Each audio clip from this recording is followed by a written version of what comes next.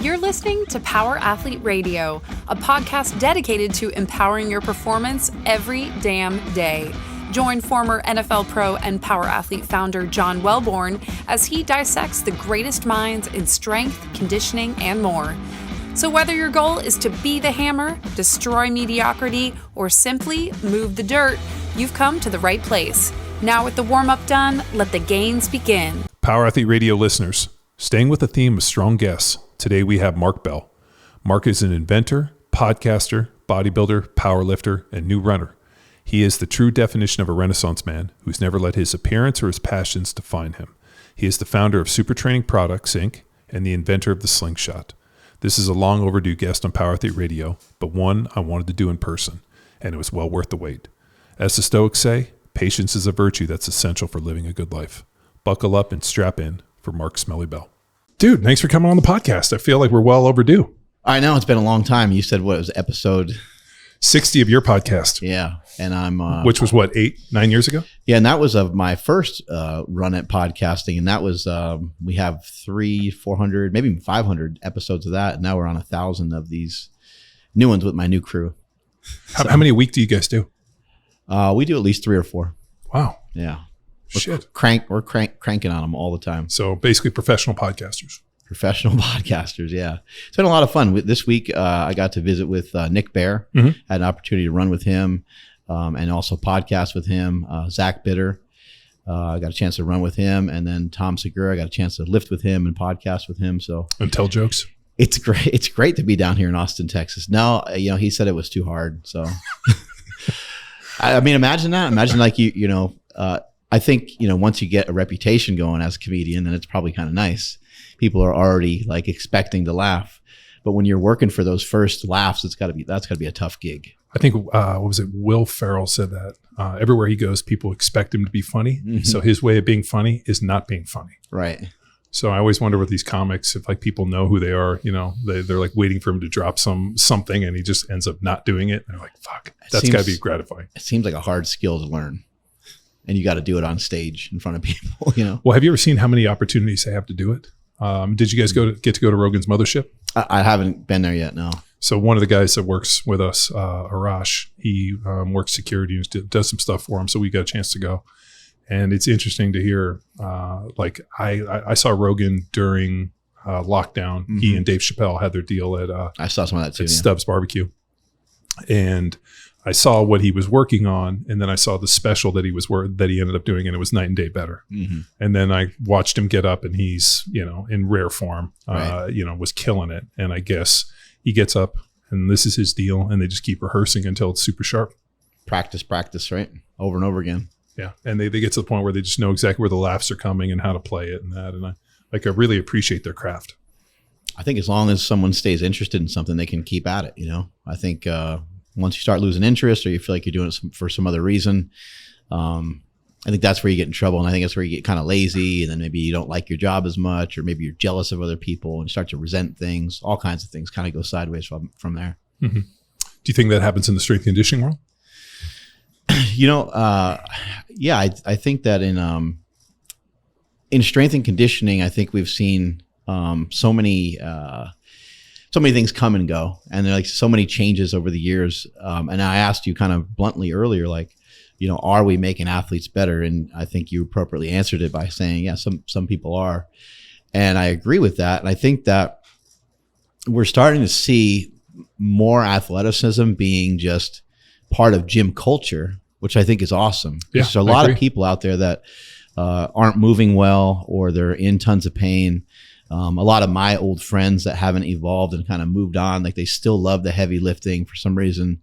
Maybe they're addicted to it. They just can't stop. And they haven't taken an opportunity to just do just movements that are just a tiny bit different. And it doesn't mean that you have to stop the movements that you love forever, but it might be good to pump the brakes for a little while. And the whole point of working out and the whole point of strength and conditioning, in my opinion, is to feel better, is to look better and be able to perform better. And I think a lot of times we think that a workout has to be an input that is so difficult that it doesn't make you feel good. You leave the gym much weaker than when you arrived, and it also might pull on you in other times throughout the week.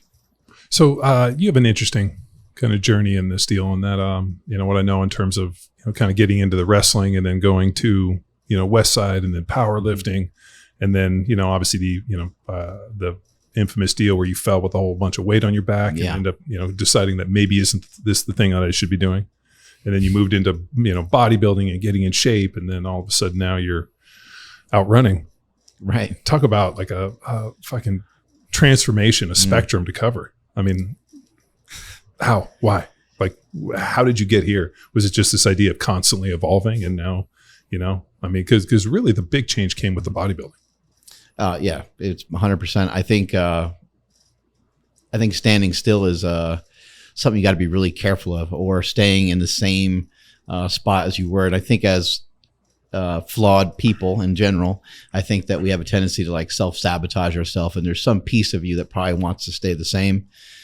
Could be a protective mechanism. Oh, I'm a football player, and then you're a former football player. And it's like, how long you say you're a former football player? Maybe there's something new that you could have moved on to, and now you don't even have to take on the identity of your job or the thing that you do, but sometimes it is a representation of kind of who you are and what you do and stuff like that. So, but yeah, for me, it's just a matter of how do I not get myself. How do I keep moving and not get stuck? I've always kind of looked at that as like, I don't want to be stuck doing the same thing. I want to see something before, I want to identify something ahead of time and then make a decision to start to do some things differently, to start to think differently, start to be a little bit more open-minded. And that's kind of what set me down the path. Was I've seen a lot of friends in powerlifting. I squatted over 1,000 pounds several times in competition, benched over 800 pounds. And there was a lot of other guys in the game that would stay in it for too long. And even if they didn't stay in it for too long, they kept lifting the same way. They had the same behaviors. Overeating. Most of these guys have sleep apnea. A lot of drug abuse in powerlifting, bodybuilding, probably no shock to anybody there. Sure. And so I was like, I don't want to just do the same meathead stuff all the time. And I want to try to keep moving into some other things. So for a long time, I've been doing these walks, after a meal, just trying to be less fat, basically. I weighed 330 pounds when I was lifting what do you weigh heavy now? Weights. I'm around 225. Damn. So like 105, 110 pounds.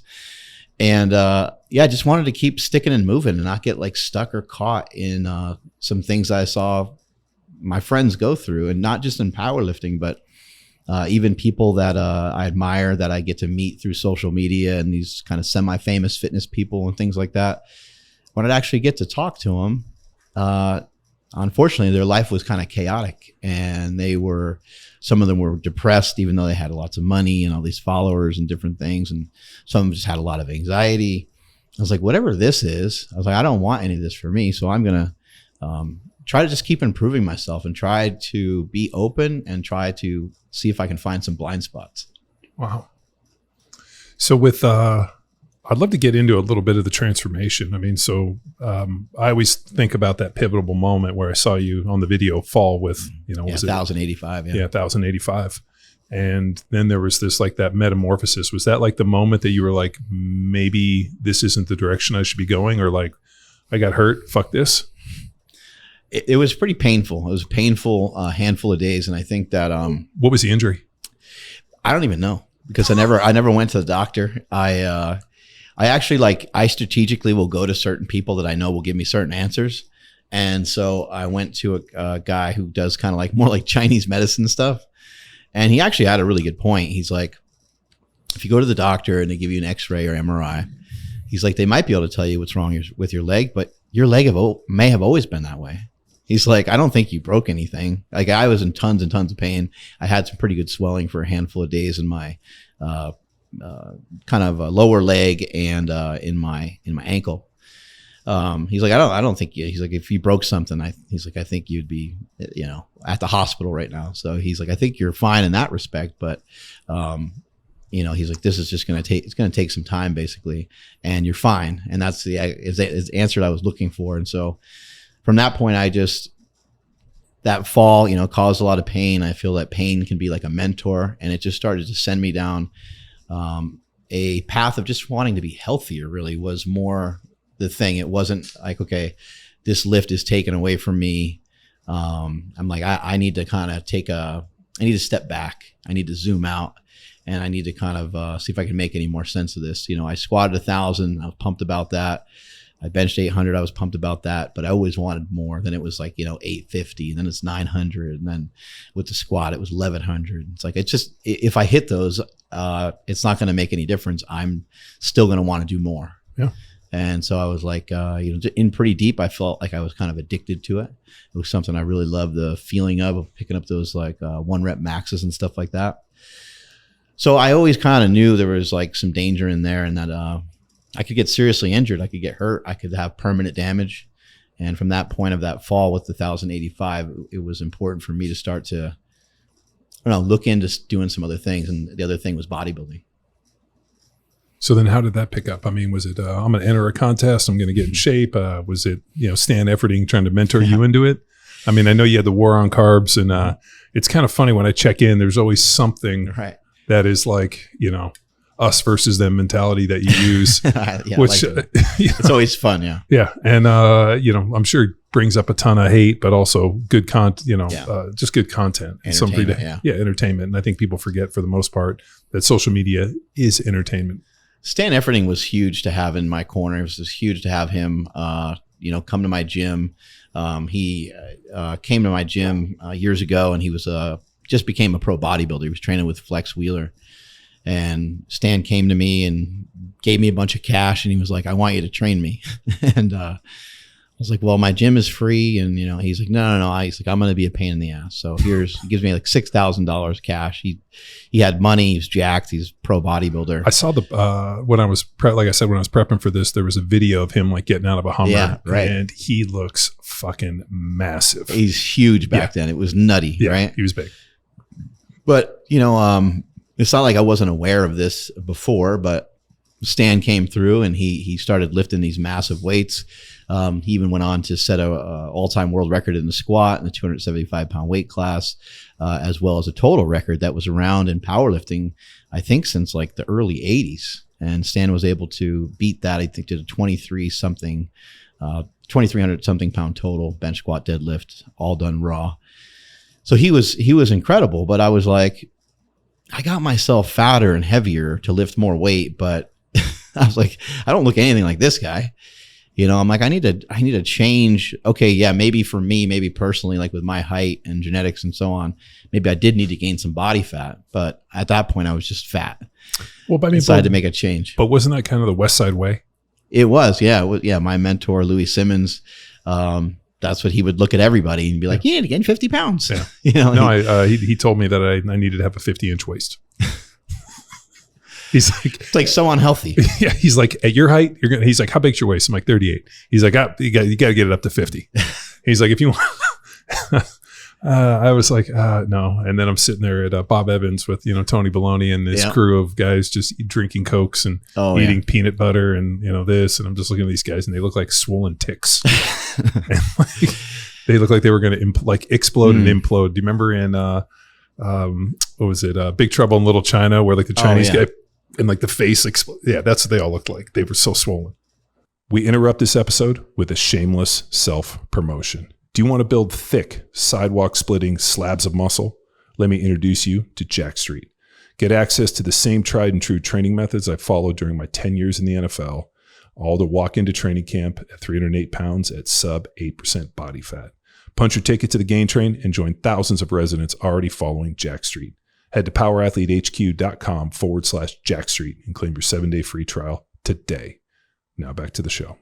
Yeah, the goal was to lift more weight, and Louis was a big encourage. He would encourage you a lot to don't worry about the weight on the scale, worry about the weight on the bar, and he's like, if you wanted the weight on the bar to go up, you might have to get your own body weight to start to go up. So he was a big proponent of that.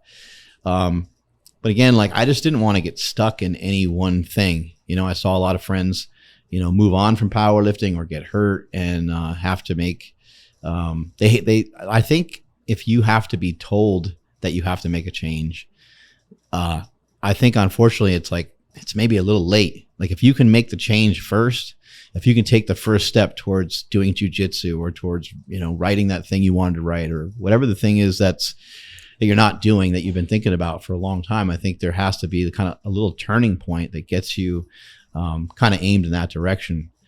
And seeing and being around a lot of power lifters, I didn't have a lot of examples around me of people that were in shape, that had good lifestyle habits, that had healthy lifestyle habits. And even quite frankly, that were intelligent and financially secure. Like I didn't have hardly any examples of that. It's not like every power lifter was broke, but for the most part, a lot of power lifters are sort of broke and they're fat. And Stan came through. And so what you're saying is fat people are broke? Yes, that too. Yeah. You'd see that to be common as well. Yeah. That's another podcast. Yeah, that is all in the podcast. So then Stan shows up with money and he's jacked and super strong. Exactly. And I'm like, well, okay, maybe I can't be him, but maybe I should work my way. That would be a fun goal. Let me try to get my waist to be smaller. Let me try to get in shape. Let me see if I can see some abs, that kind of stuff. And so that's where the journey started. And the war on carbs was a perfect thing for me.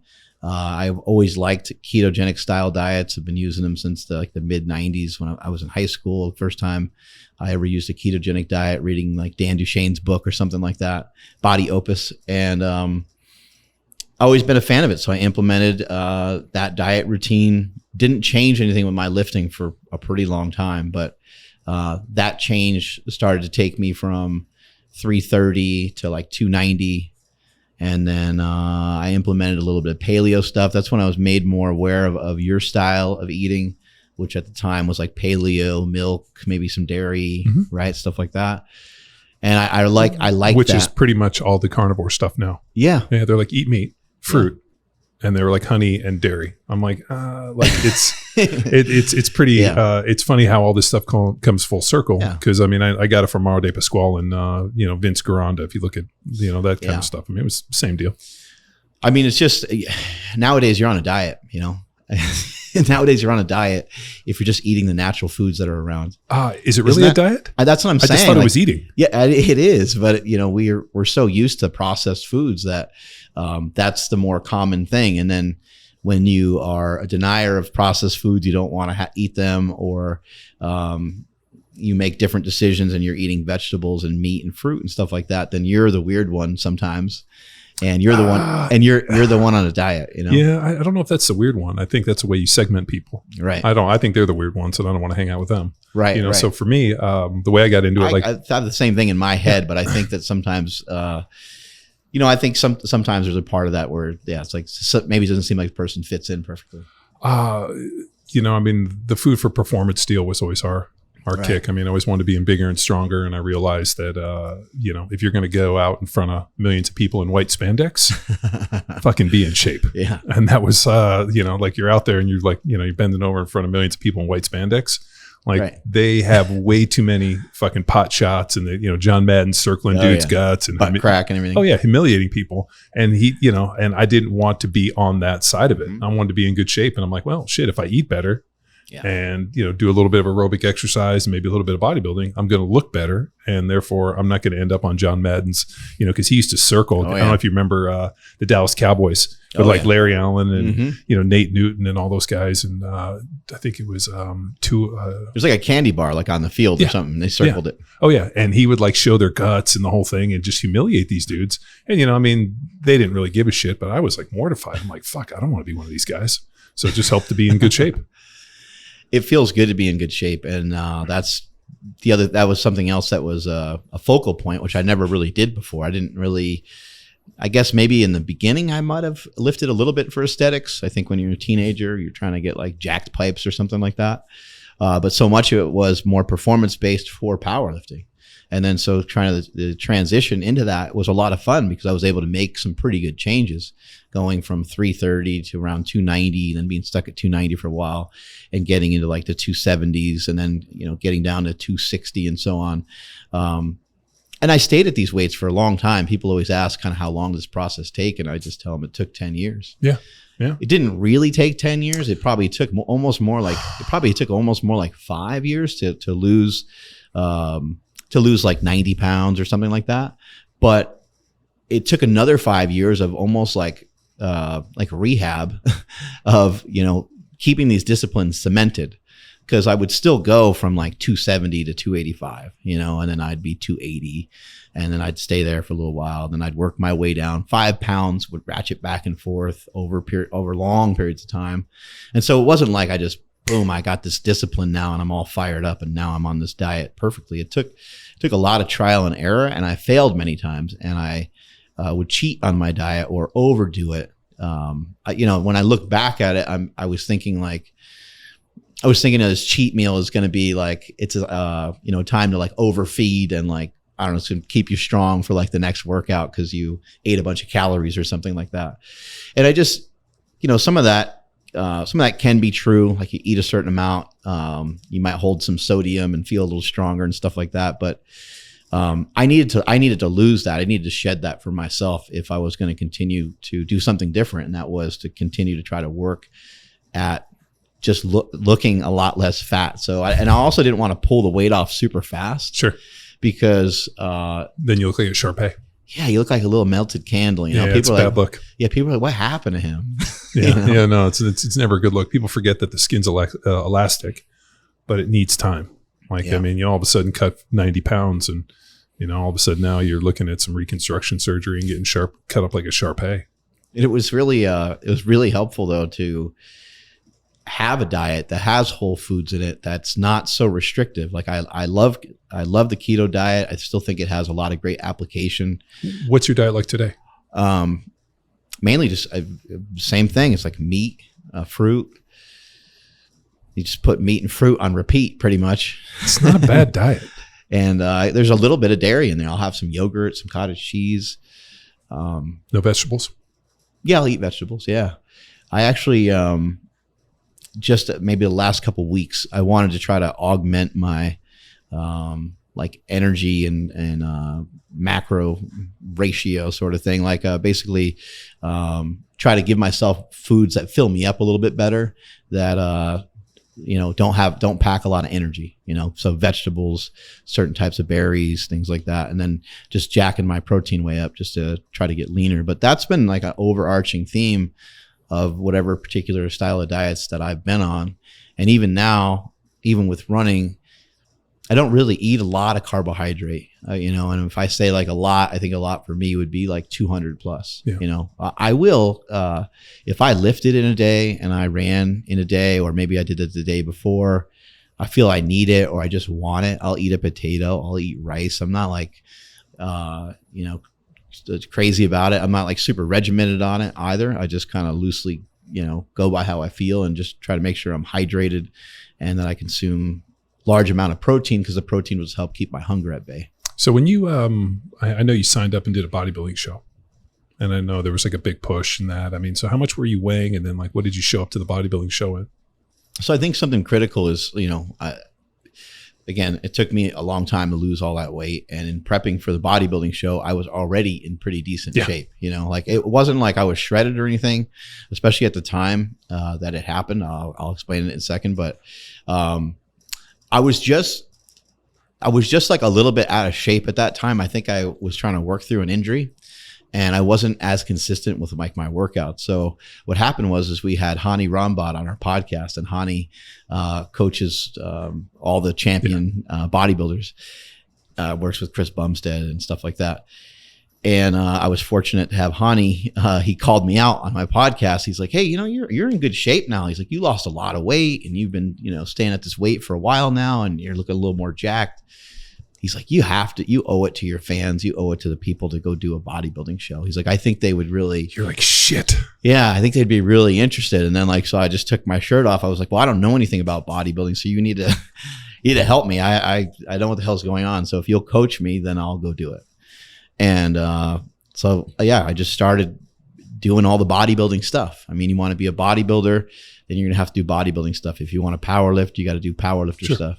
And Stan Efferding did a great job of, I think people think that he did both at the same time, and he didn't. He did them separately. Sure. They are different sports. And when Stan came off of a bodybuilding show, he was in really good condition. But his like nervous system would be all weird, when he came to me, he was doing all these higher rep stuff and things like that. And so it took weeks and weeks. It took weeks and weeks for his body to kind of even sort of stabilize off of a bodybuilding show. But I do think it's important that people have goals and people have big goals. But I think the reason why I brought up the fact that I was already in pretty good shape is because I see a lot of people that get excited about like running a marathon or half marathon, and I don't want to discourage people's enthusiasm, but I don't think it's a great place to start if you're coming from too far back. Sure. Maybe if you used to run or something, if you have like decent conditioning, it was part of some history of yours or something. But I see there's a lot of people that get really excited to like do a powerlifting meet. Maybe they're even thinking of some sort of physique type of thing to do. Usually that's the last thing on people's mind because of the difficulty of it. But I think people are just like overreaching because they're trying too many things at one time. It's like, okay, you haven't been on a diet in a really long time. You haven't run in a really long time. You haven't lifted in a really long, you're just doing all these things, and there's so many things that are new. So maybe just take it, one step at a time. And then when you sort of feel like you're in pretty good shape, maybe that's when you start to think, oh, wow, I ran 10 miles today. That wasn't that bad. Let me see what it's like to run 12 or 13. And then maybe you're more in line for that goal. Powerlifting Nation, this episode is brought to you by 8 Sleep. Summer's in full effect, and it is hot here in Texas. And when I say hot, I mean hot, hot. And the best way to sleep is at 55 degrees with the 8 Sleep pod cover. This thing allows the bed to get icy, and there's nothing better on a hot night than slipping into an icy cold bed. Now, there's a few features of this thing that are absolute game changers. One, it's a pod cover, so it fits on top of your present mattress. Anybody that's been in the market and had to go out and shop for a new mattress, complete pain in the ass, because you usually have a significant other or a friend or whoever sleeps with you that decides, hey, this is the temperature I like firmer, I like softer, so you can keep your mattress. It's a pod cover that fits on top. Also, it's split zone.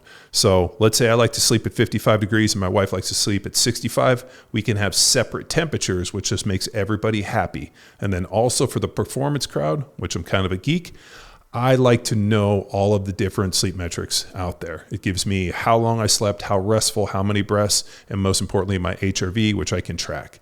So it allows me to know how restful and how well I sleep. It also has some custom tuning with different temperatures that gets really deep in the weeds with this thing. It's as good a system as I've ever seen. So if you're interested in checking out the 8 Sleep pod cover, you can use the code 8sleep.com/powerathlete for $150 off. I recommend you check it out. I'm not only telling you about it, I'm also a user every single night, and I'm sold on 8 Sleep. Check it out. So how much were you weighing when you went into the bodybuilding prep? I mean, you were, like we said, you were already in pretty good shape. You'd already been training. Honey, Yeah. calls you out. What was the 12-week, 14, 16-week, what was the transformational window? Yeah, this ended up being about 9 weeks. So we didn't have a lot of time.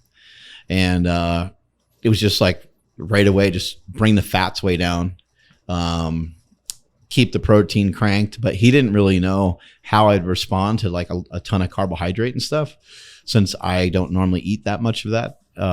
It's pretty interesting. He wasn't sure, how my body would respond, basically. But we had Jay Cutler on the podcast, and he was saying that what was he saying? 1,000 carbs a day. Yeah, I know, yeah. But he could only eat that when he was at his leanest. Right. So once he, there was a deal where he had to keep protein high and the carbs were here. And then all of a sudden he crossed a threshold of leanness where all of a sudden he could handle that much carbohydrate, which got him leaner. But if he went to that beforehand, it didn't work. And it was like, holy shit, dude. Yeah. Now Poliquin had that rule. If you're not 10% body fat, you shouldn't eat any carbs. Yeah. He wanted people to be lean and have their metabolism kind of prepared to utilize those carbohydrates. But yeah, I mean, that's just, getting ready for a bodybuilding show and doing it on short notice. It had to just transfer everything over into just sinking myself into bodybuilding. I got to learn how to pose. I don't know anything about how to be all tan for the show or whatever, and tanning oil and whatever else I need to buy, weird underwear. Was it like you brought in somebody to airbrush you, or was it just overloading the melanotan?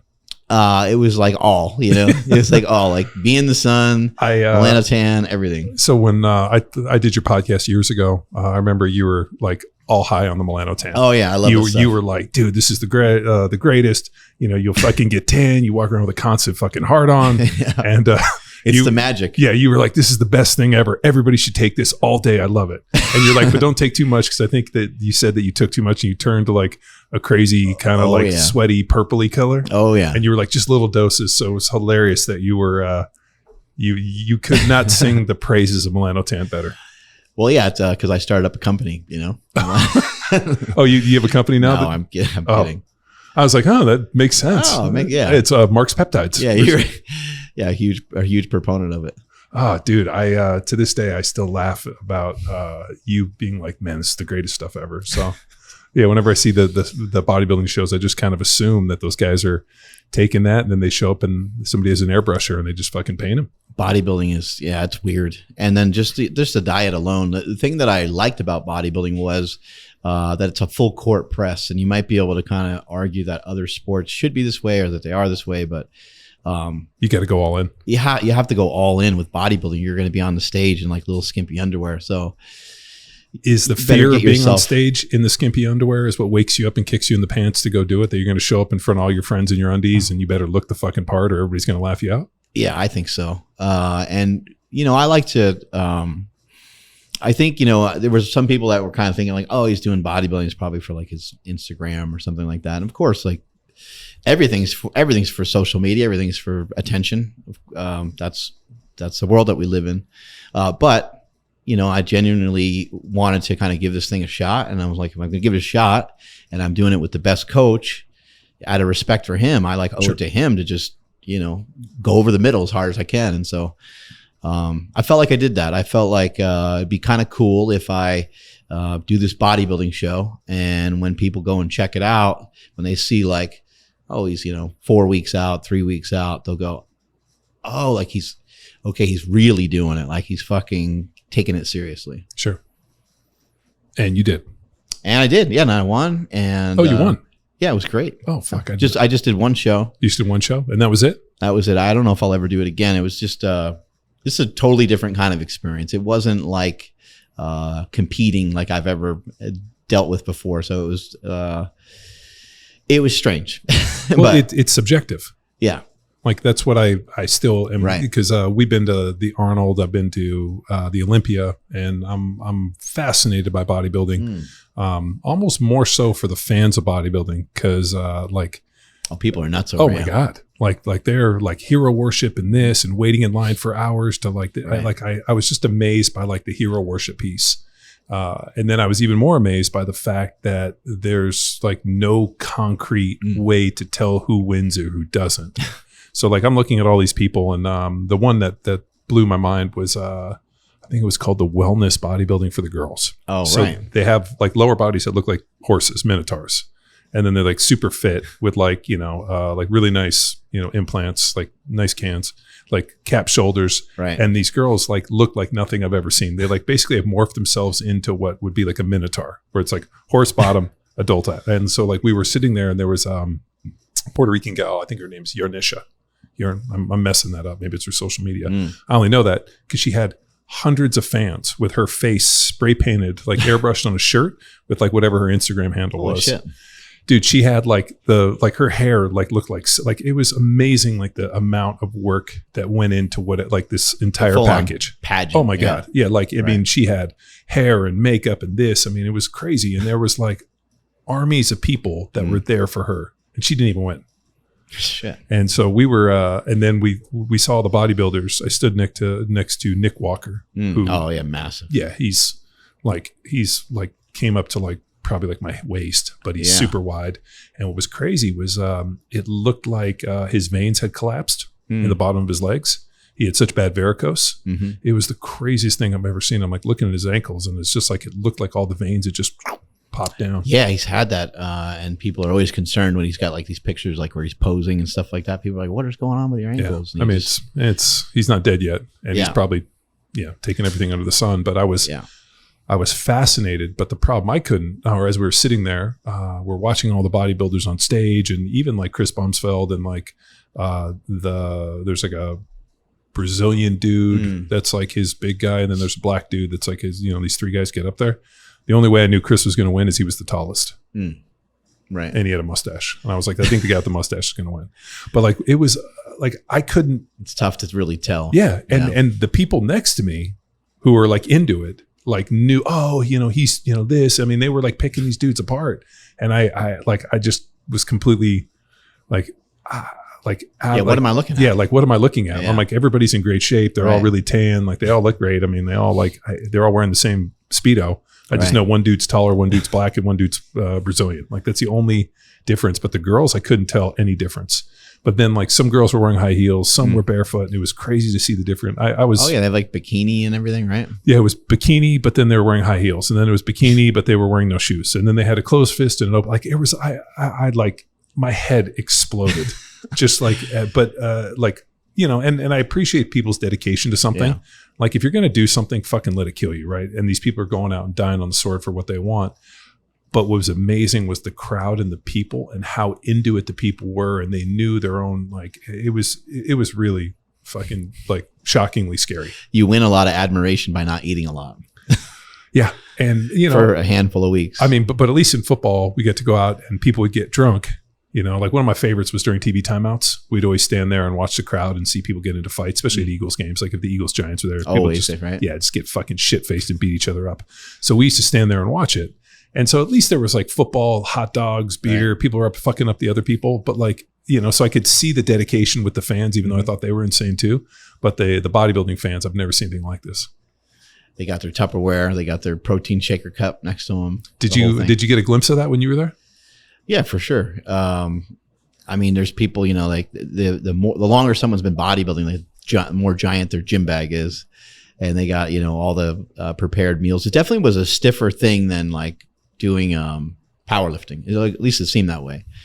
Powerlifting, like everyone's a little antsy in the warm-up room and stuff because they need to get like their first lift in and get some of the cobwebs out kind of thing. But once that happens, then everyone's kind of like messing with each other, making fun of each other.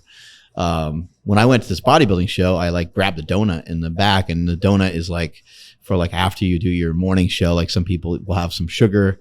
And it's just for some other people that are backstage too. But I was like eating a donut before I go on stage, and I was like, this is great. They have donuts back here. And like no one, nobody laughed. Nobody's laughing. Like they're like, this guy's an idiot. They're just back there just passing gas. Everybody's farting disgustingly. Yeah, most likely. But just even, getting in some conversation with some of the guys, it seemed like there were some other guys there that were mad that I was like coming in and like taking their spot. But I'm like, I don't even understand what that means. Like I signed up for it just like everybody else. And they're like, well, you're kind of known in fitness or whatever. And I'm like, oh, well, I think it's just going to come down to whoever's the leanest. And the other guys, I was very fortunate. The guys that came into that show weren't in shape. Oh, so what was the show you did? Just in Sacramento. Just in Sacramento, like a local Sacramento show? Yeah. And this is just a local bodybuilding show, and people are literally dying on the sword for this. Right. Like, yeah. And for me, I was, really fortunate too. I didn't have to like submarine my calories too crazy because we just utilized some cardio. Hani was like, I don't know how disciplined you're going to actually be with the diet, even though we're communicating back and forth a bunch. And you're a former fatty. So he's like, you're going to do an hour of cardio every day. Was it just an hour in one shot, or was it an hour broken up? Usually an hour in one shot. Every once in a while I had to break it up just because I couldn't figure out a way to like fit it into my lifestyle. 7 days a week? 7 days a week, and probably 5 days a week doing like a double workout. And the diet thing. I mean, the diet thing is just there the whole time. My wife and I and my kids, we stayed in Malibu that year for maybe about a month. And, I'm having like iced tea when we went out to eat and just ordering a salad with no dressing on it and shit like that. Because I had to eat like specific meals and I had to basically just, cook them at home and shit like that. Yeah, it's can't play around. You can't like mess around and have the chef dump a bunch of oil on your food or whatever, Well, I always thought it was no fat equals no fun. Right. So like a bunch of like super lean chicken and like fish and like white fish with like no oil and no fat in it. It's awful. Do you still do some bodybuilding stuff here and there? Yeah, I still do. I'll always lift that way. It's just more fun for me. It's fun. I think you can do it forever, right? I mean, well, I think you should kind of hybrid. I like heavy compound movements for lower reps, and then I do accessory with higher reps. Like it's pretty much everybody I think should train. And, I still try to eat, pretty well and, try to stay in decent shape and do aerobic work, but I'm not doing it to try to get in shape for a bodybuilding show. I just know that, if I can keep my aerobic fitness up, then I have greater mitochondrial density, and it helps with doing jujitsu and some of the other stuff, especially living here in Texas where it's so damn hot all the time that if you don't have a little bit of aerobic base, you're going to die. How much space did you have between sports, between like your professional football career and then doing something else? Let me think about this. I competed in the CrossFit Games when I was still playing in the NFL, which was crazy because I think competing at the games is probably why I fucked my knee up and then ended up getting hurt playing for the Patriots. And then what was interesting was when I retired, CrossFit hit me up and I started working for CrossFit. I taught 36 seminars that first year, and we just were on the road. And so, I wasn't necessarily doing any other sports. I mean, we were lifting weights and, I was trying to do some Olympic lifting and, we did powerlifting and just trying to fuck around, but I didn't really compete at anything for a long, long time. And I think part of my my hesitance or trepidation, let's say, was that I didn't want to fuck myself up anymore. I think I had like set my body on the funeral pyre of pro football and set it ablaze. And I always had this like feeling like, I'm going to fuck myself up again. And then how am I going to fix myself? And was your body like sketchy-ish at the time? No, I mean, it just like, there's a lot of pain, you know, I was limited in range of motion in my shoulder and my knee was kind of getting worse. And I think I just didn't want to fuck myself up. And so I used it as an excuse to like, just lift weights and like, I'll just go do other shit. And then, obviously fast forward a bunch of years. And that's when I got approached about working with the guys for jiu-jitsu with Victor and those guys from Six Blades. And as they started kind of training with me, I thought it was disingenuous that they learned from me and I didn't learn from them. So I had to humble myself. And I was like, you know what? If I fuck myself up, I'll just have to find a way to fix myself. And so I started doing it. And now I'm sad that I didn't go and do more. I mean, we'd go do a bunch of boxing stuff and then I had shoulder surgery and I stopped boxing. And I think the thing that was upsetting me was I'd always been so athletic and done so many things. And all of a sudden now I wasn't doing those things. And so I needed to find something to do. And I think that was extremely beneficial because you just kind of start pairing yourself off. And, what I respect a ton is that, here's different things that you've done powerlifting. And now I want to go in this direction for the bodybuilding stuff. And I always thought what it would be like to do bodybuilding. But every time I don't like subjective things. Right. I like when I look at it, I'm always fascinated by the culture. And I appreciate a lot of like, hey, if you want to make bigger, stronger athletes, you better learn some bodybuilding. So I always liked the premise of it. I just like everything other than the competition side of stepping on stage and like not knowing who wins because some guy is subjectively giving you that. Like to me, there should be some definitive way to tell. Right. And even, when we had Jay Cutler on, and he was talking about the battles between, him and Ronnie Coleman and this, and, like going back and looking at all this stuff. I mean, I grew up a Dorian Yates fan because he was the kind of the big bodybuilder when I started lifting weights and, blood and guts and seeing that the way he trained, like that was more akin to kind of the mentality we had. But, when he stepped on stage, there was really no argument about who won. And I just kind of appreciated that. But yeah, I don't know. I when I saw you do it, I was like, man, that's super interesting. One, to get up in front of your undies, but also like the subjective nature of it when you're used to something like powerlifting where it's like, but I guess it could be subjective on depth. Right. Yeah. Yeah. In the squat. Yeah. There's always controversy in the squat. Yeah. That's, forever. Like the deadlift, either you lock it out or you don't. The bench, it either touches your chest or it doesn't. The squat. And I remember that was like a big dig on Louis' guys that Louis was only going to go to meets where he'd let everybody squat high. And the pettiness of bodybuilding or of powerlifting, which is fucking legendary. I've never seen dudes who are bigger, stronger, more masculine men argue more. Oh yeah.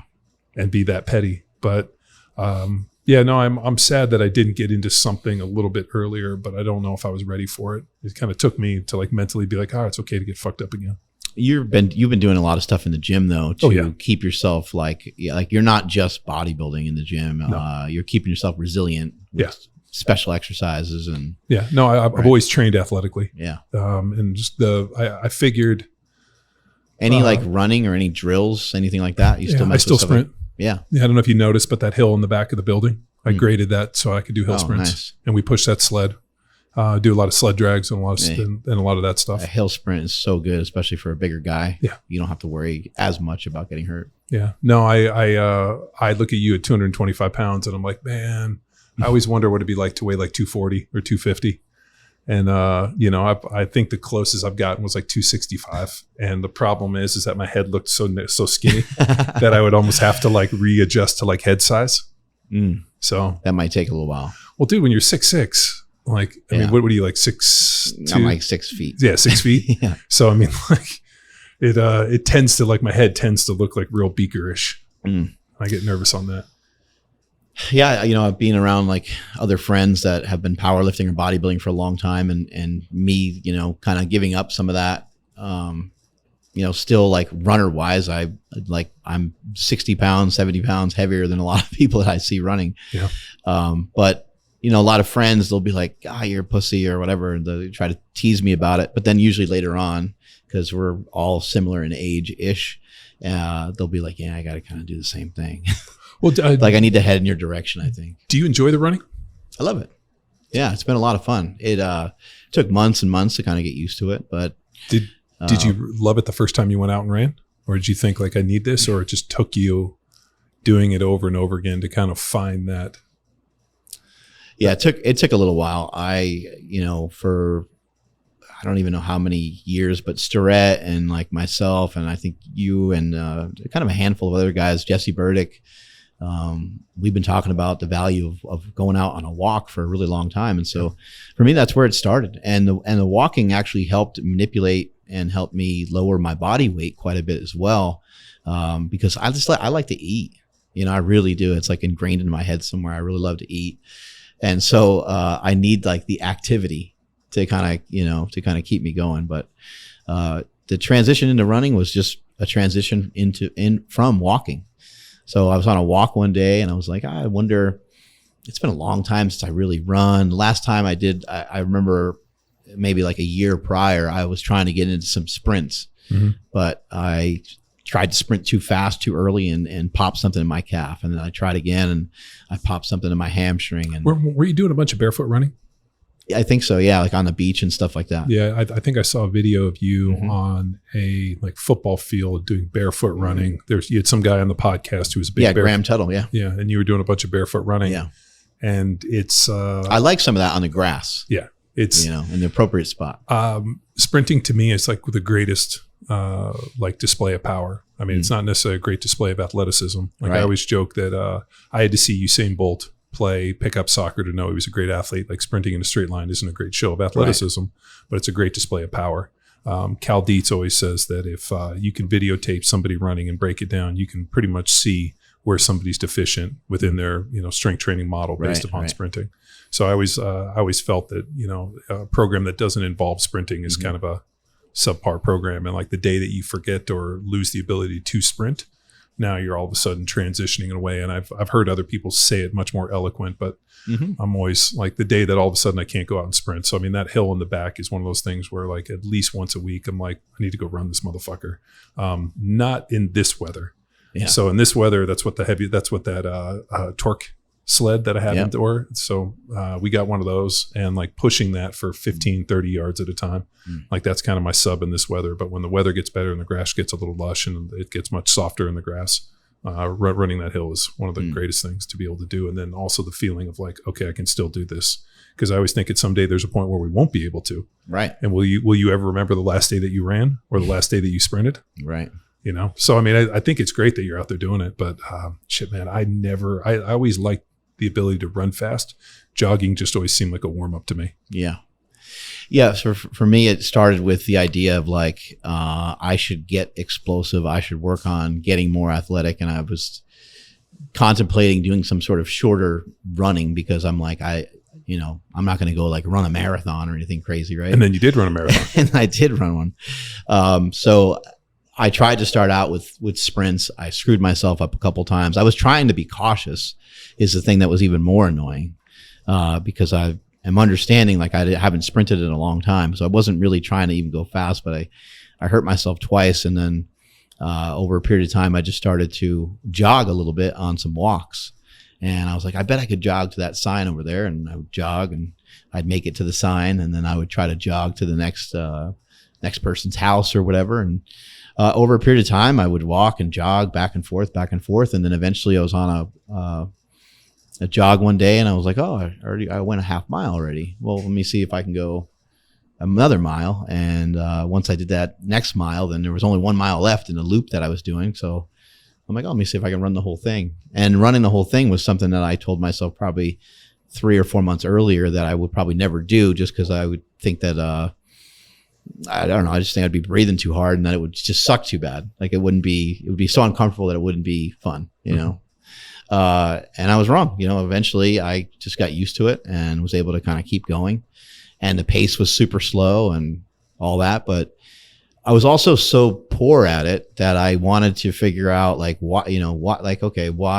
I understand I've been strength training. I understand I've been doing the opposite, but this seems pretty simple. Like I shouldn't suck this bad at it. So I just thought to myself, let me work on just getting down some basics to be able to run 3 miles, have it not kill me. Well, that's where a lot of what it were the started. basics? The basics were Did you hire like a running coach or like work with somebody? Not at first. Not at first. At first, it was more like intuitive stuff. I know a lot about track just from being around like Louis Simmons and being around like a lot of other coaches.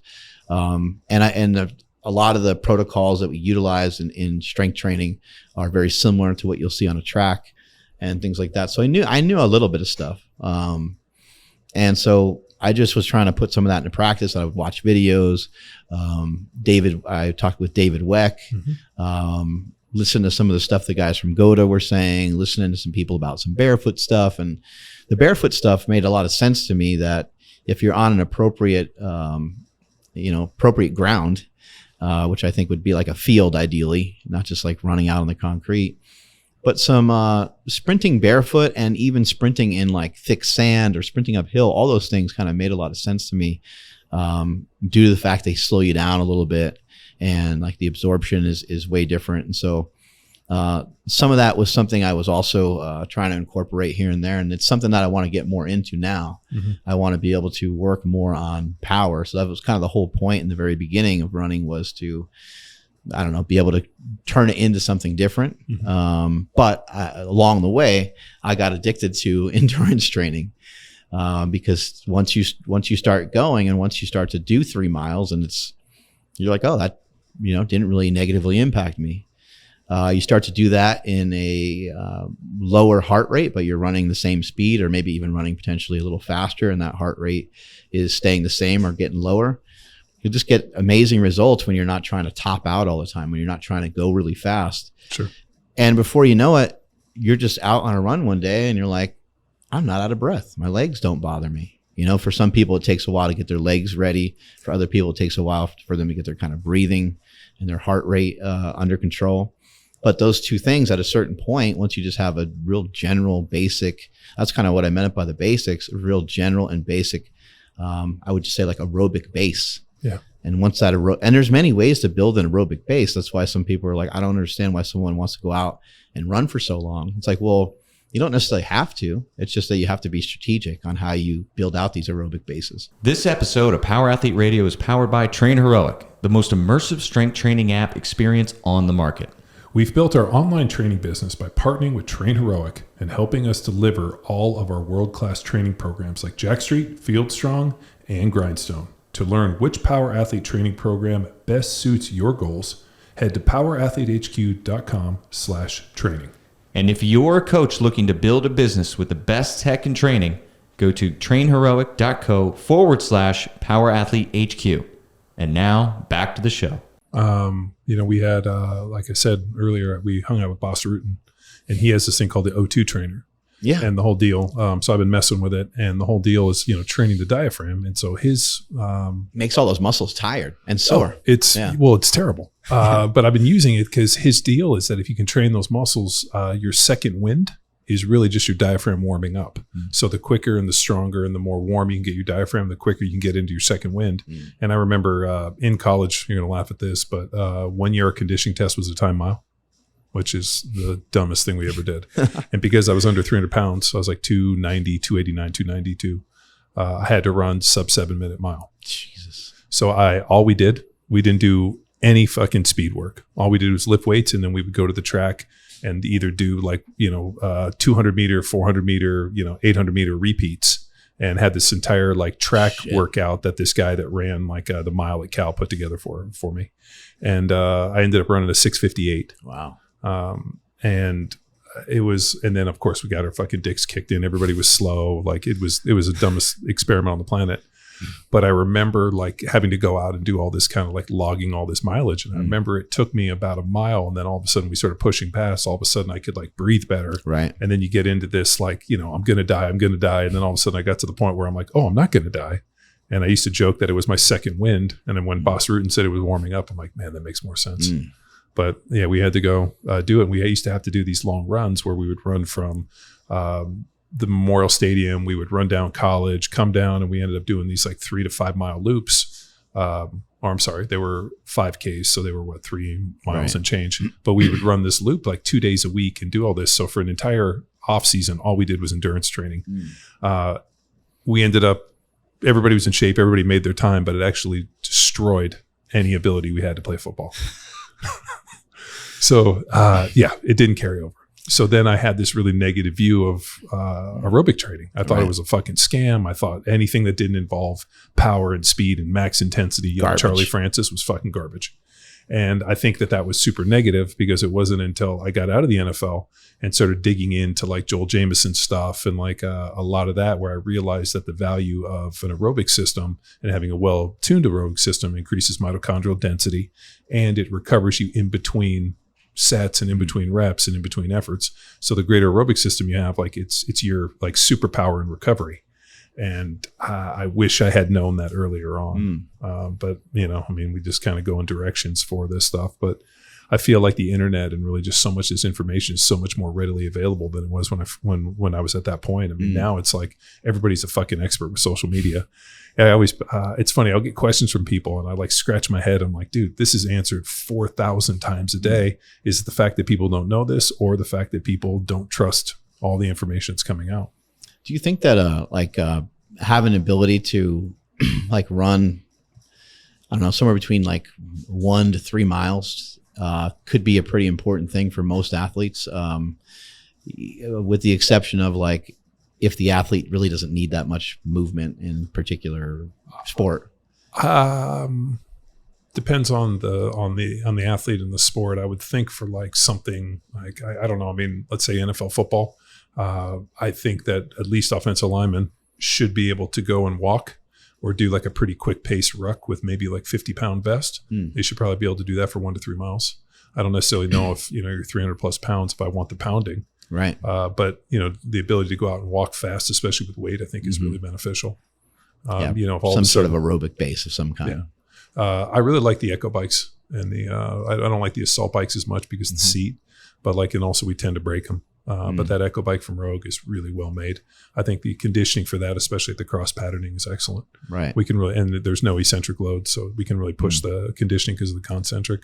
So I think that's a really great one. We also have, especially in this weather, we have one of the true form runners. And I think that thing is great to I like going out and kind of jogging and doing some sprint stuff on that. I think every person needs a certain amount of movement every day. And I used to kind of think I would say it in steps, but it's just a certain amount of, I think, physical activity, physical labor. And I think that I got a lot of trees to cut down, dude. I got a lot of stuff to drag out here. Activity, yeah. Right. And I think sometimes in our society today, where people have a lot of anxiety and they're just super stressed, their stress is through the roof. I think that so much of it can be combated. Not necessarily. I think that people always think about working out, and working out's great. Going to a gym and going to a location and I'm going to lift weights. That's great. But I think people can also just maybe think about it a little bit more like an input, the way that maybe an Andrew Huberman sells you on hey, it'd be a great idea if you went outside, got some sunlight in the morning. Imagine that. Right. So think about lifting weights and think about, cardiovascular training and think about all the strength and conditioning hygiene that you want to try to implement into your life in accordance to some of the goals that you have, and just look at it more it's just an input I need to put into my body.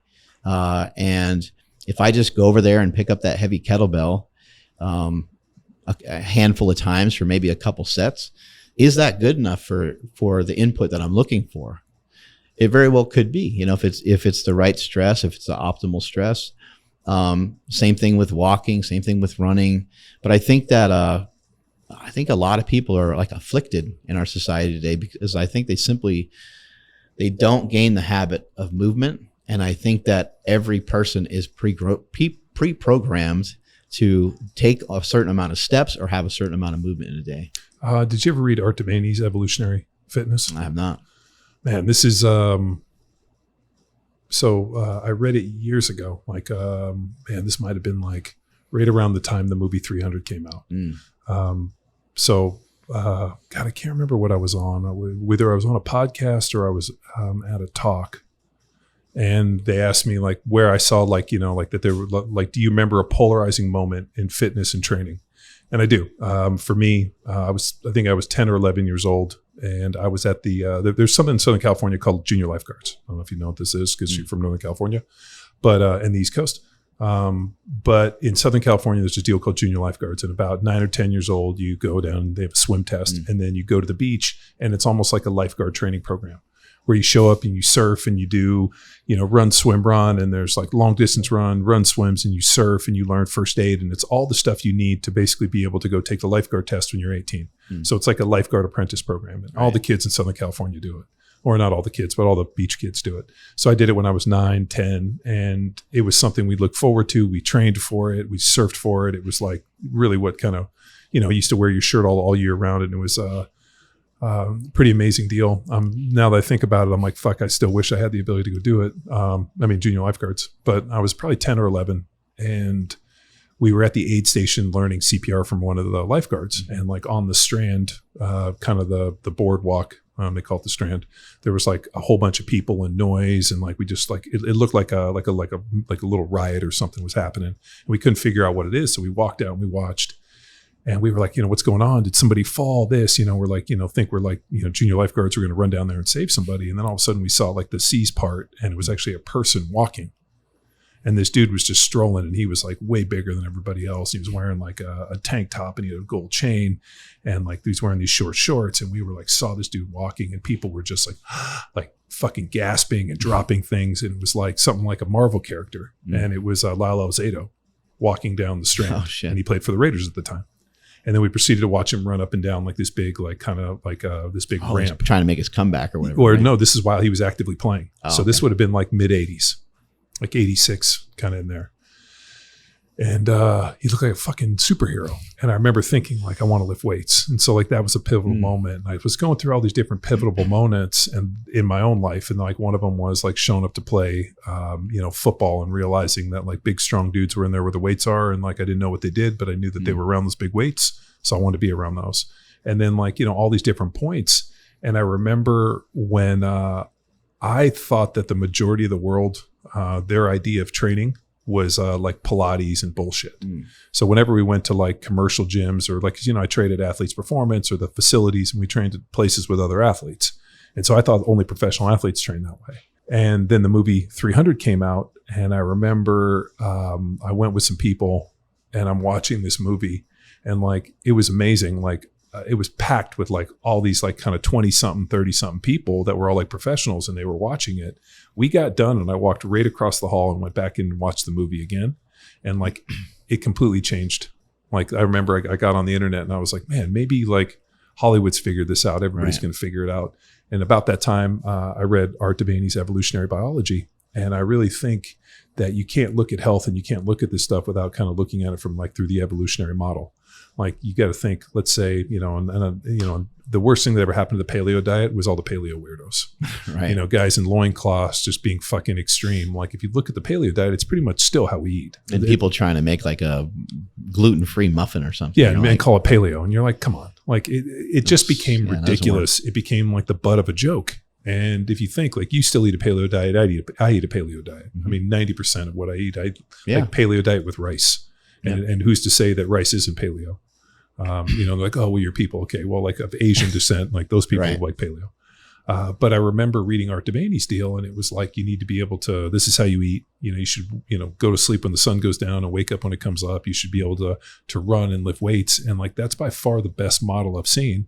But part of it is you should be able to do endurance. You should be able to sprint. You should be able to lift heavy things. Like, you should not do them in any, like you should not be able to do them in like a sequential order. And it was and also don't do them to your detriment. Yeah. Don't do them so much that it messes you up otherwise. That you lay down and something kills you. Yeah. But like, you should be able to do all these things. You should be able to lift something heavy. You should be able to run far. You should be able to sprint. Like, if you think about it, like, okay, if I have to hunt something or I have to throw something, and I have to run this thing into the ground. I mean, that's how humans have hunted forever, just for the fact that we have the ability to be able to go long distances as bipedals. And even though we're not as fast as other things, we can run anything into the ground. I mean, that's how the original hunters did. They just ran things until they were tired. So we have the ability to be able to go long distances. So, I mean, humans are pretty dynamic, but what we've done is we've kind of like partitioned it. And even though I like lifting weights, I don't know if fitness is found just in the gym solely. And I think people are a little lost if they think that like the confines of fitness and training exist just within the confines of a gym. I think you have to get outside and do other things too. When it comes to strength, like what are you recognizing a lot of people leaning towards that are having success with training people in a gym? Because I think, our older definition of strength was like, how much does a guy like lift? What are these lifts that this guy does? And that can be a little bit of a barometer to check someone's strength, but it's only like one aspect of strength. Like with a lot of what you do and your experience, like what is sort of your definition of strength within some of these sports? Like, what does it mean to be strong almost? Man, that's a really interesting, that's an interesting question. Like if you and I wrestled right now, I would feel that you're strong. Yeah, but what's fascinating, and this was the splinter in my mind for the majority of power athletes, or really just this entire direction of this company. I was fascinated why I watch guys lift heavy weights in the weight room, and yet I did not feel those weights on the field. It wasn't a transfer. And for me, for every pound I got stronger, it was 3 pounds on the field.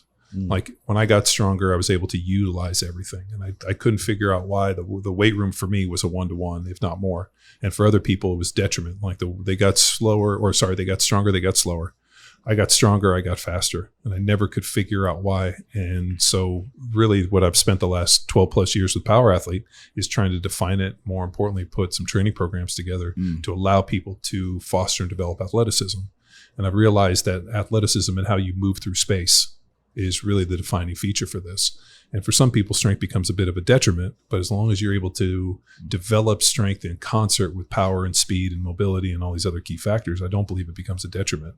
I think strength becomes, an interesting, like, it can either become like, like kicking the doors off the hinges or a prison, where I'm sure you've seen guys that are really strong, but they can't do anything. They're in tons of pain too. Yeah. Yeah.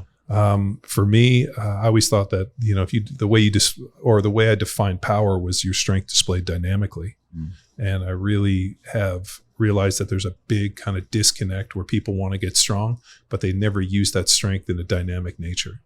So then how good is it? I watched really strong people not be able to do much. And I'm sure you've seen, world lifting power lifters. So, is the strength valuable for them? But also I think powerlifting is a terrible model for athleticism. Just moving a weight from point A to point B, bilateral hip hinging, benching, and deadlifting, another form of hinging. It's a great display of strength, but I don't know if you can take powerlifting as a model and extrapolate that over to, like, let's say football with athleticism, even though every strength coach is like, oh, I was a power lifter. Right. And I'm like, what do power lifters know? I mean, I think that the name is a little misleading. Right. Louis Simmons, I think, was an innovator in that. When we talked about it, he's like, you have to be able to move from point A to point B as violently as possible. And I think he trained his lifters to do that, not just be strong, but be dynamic. And so I think that there's a big piece for that. But I don't know, man. I think your athleticism helped you transfer the strength better? Because but understanding the components of athleticism.